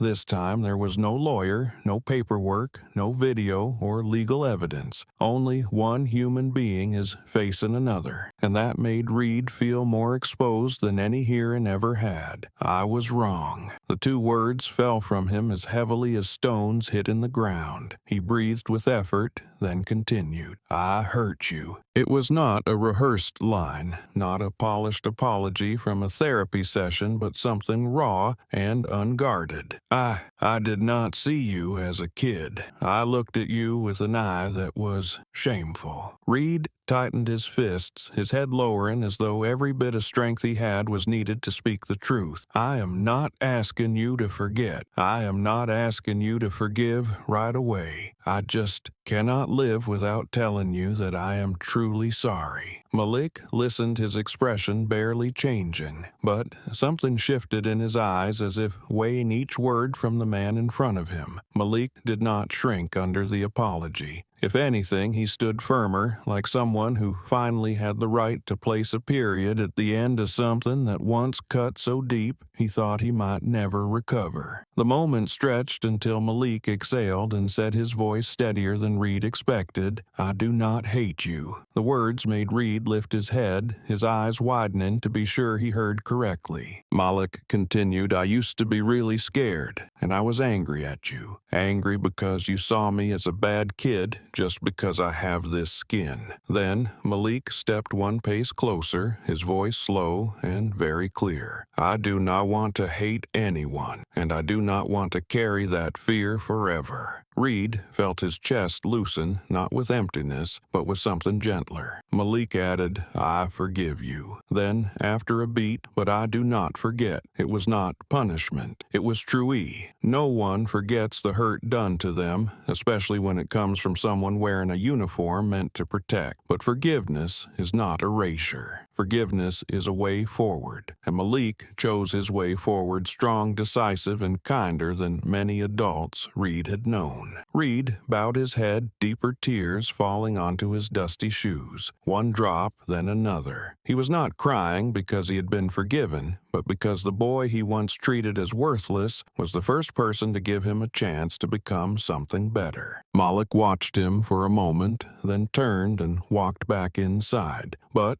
before he closed the door, he spoke one final line, not to comfort and not to chastise, but as a hopeful challenge. Live differently. When the door shut, Reed stood motionless under the porch for a long time. The evening wind swept across his face like it had the day he first saw Malik, but the feeling was entirely different. This time the wind did not pull him toward trouble, but nudged him toward a future he would have to build for himself. And for the first time in many years, Reed felt he was no longer trapped inside his own past. He turned away, walking slowly but steadily. Each step was an effort, yet also a quiet promise to the boy who had stood before him with unwavering eyes, live differently. Reed continued down the brick path, and the late-day sky seemed to open wider. There was no applause, no one waiting for him, but one truth was clear. He had laid the first stone on the path to becoming a man he had never been, and that began right there on Malik's grandmother's porch.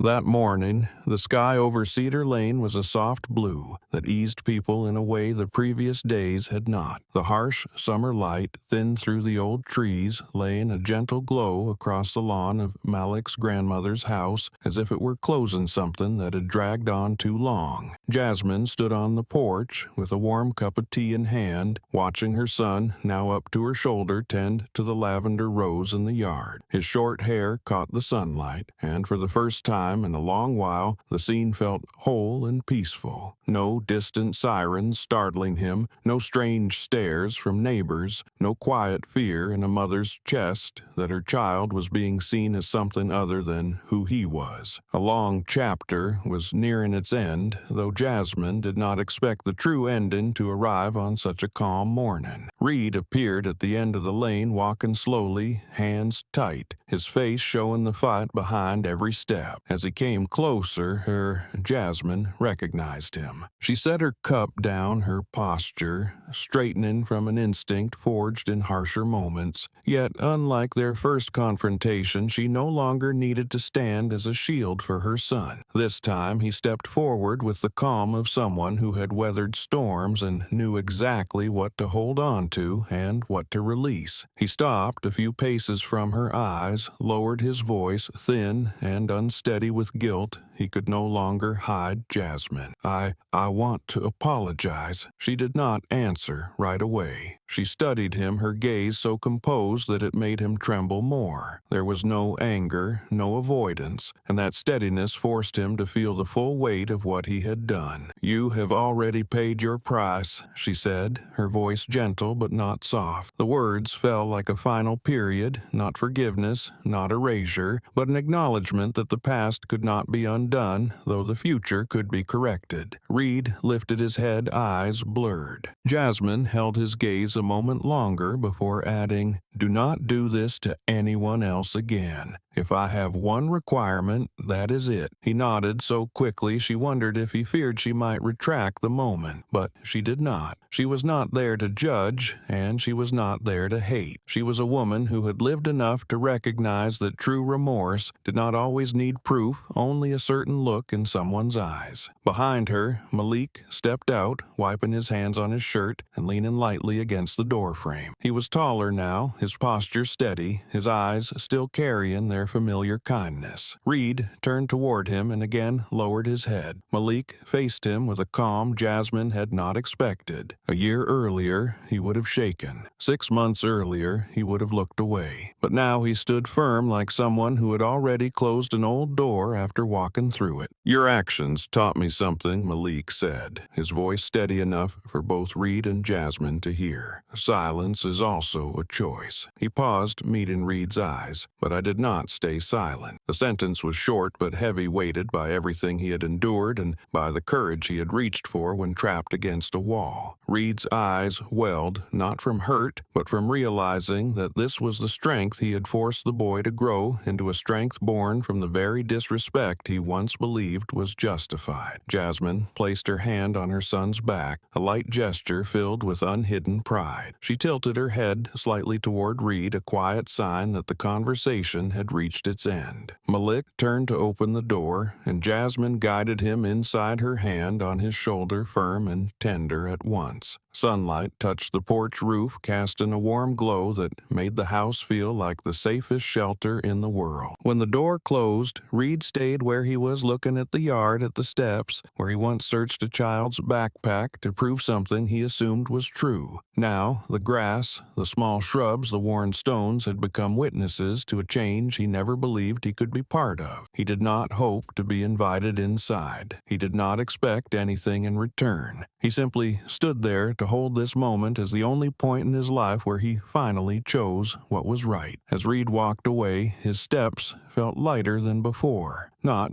because the weight had disappeared, but because he had learned to carry it differently, not to escape it, but to remember, never to repeat what he had done. Inside the house, Jasmine poured more water into the old teapot, her shoulders loosening in a way they had not for a long time. Malik sat by the window, the late light reflected on his face. The neighborhood outside was no longer the same. Change had not come from magic or from a verdict, from moments when people refused to bow their heads, from Malik speaking up, from Jasmine standing tall even when the whole street turned away. Jasmine looked at her son, then out the window, her voice soft but firm. "It is over now, Malik." He nodded slightly, eyes still on the yard. "And it is starting too, Mom." His grandmother placed a gentle hand on his shoulder, her smile carrying the warmth of decades. "Every sorrow teaches us something," she said, "but what matters is how we rise from it." Malik looked at her, then at Jasmine, then at the street where neighbors watered their plants, pushed strollers, and walked their dogs. A simple life he once had to fight for, now bright before him. The ending of the story did not rest in Reed's change, though that was part of it. It rested in the way Malik faced the world without lowering his head, in the way Jasmine turned anger into the right action, and in the way a community learned that its silence had once been part of the injustice. It was not because Reed changed that the world became less cruel, but because there were children like Malik who dared to step forward, and mothers like Jasmine who dared to stand firm against adversity to protect their children. Their courage created space for something better to take root. In that quiet strength, Cedar Lane found a reason to shift, even if only slightly at first. A neighborhood once marked by fear and silence began to see itself more clearly shaped by those who refused to shrink beneath injustice. Small acts of awareness grew into something steadier, something that could not be ignored. And as each day passed, people realized that change was not born from grand gestures, but from simple choices to do what was right. It was in the way Malik lifted his chin, in the way Jasmine stood straight, in the way others began to watch with open eyes instead of closed blinds. These moments carried weight, subtle but powerful. Cedar Lane did not transform overnight, but the presence of people willing to stand up made the difference between stagnation and a slow, steady shift toward fairness. Each choice echoed outward, touching corners of the community that had once looked away. And because of people like them, Cedar Lane, and places far beyond it, could grow a little brighter, even if only a little more, each day.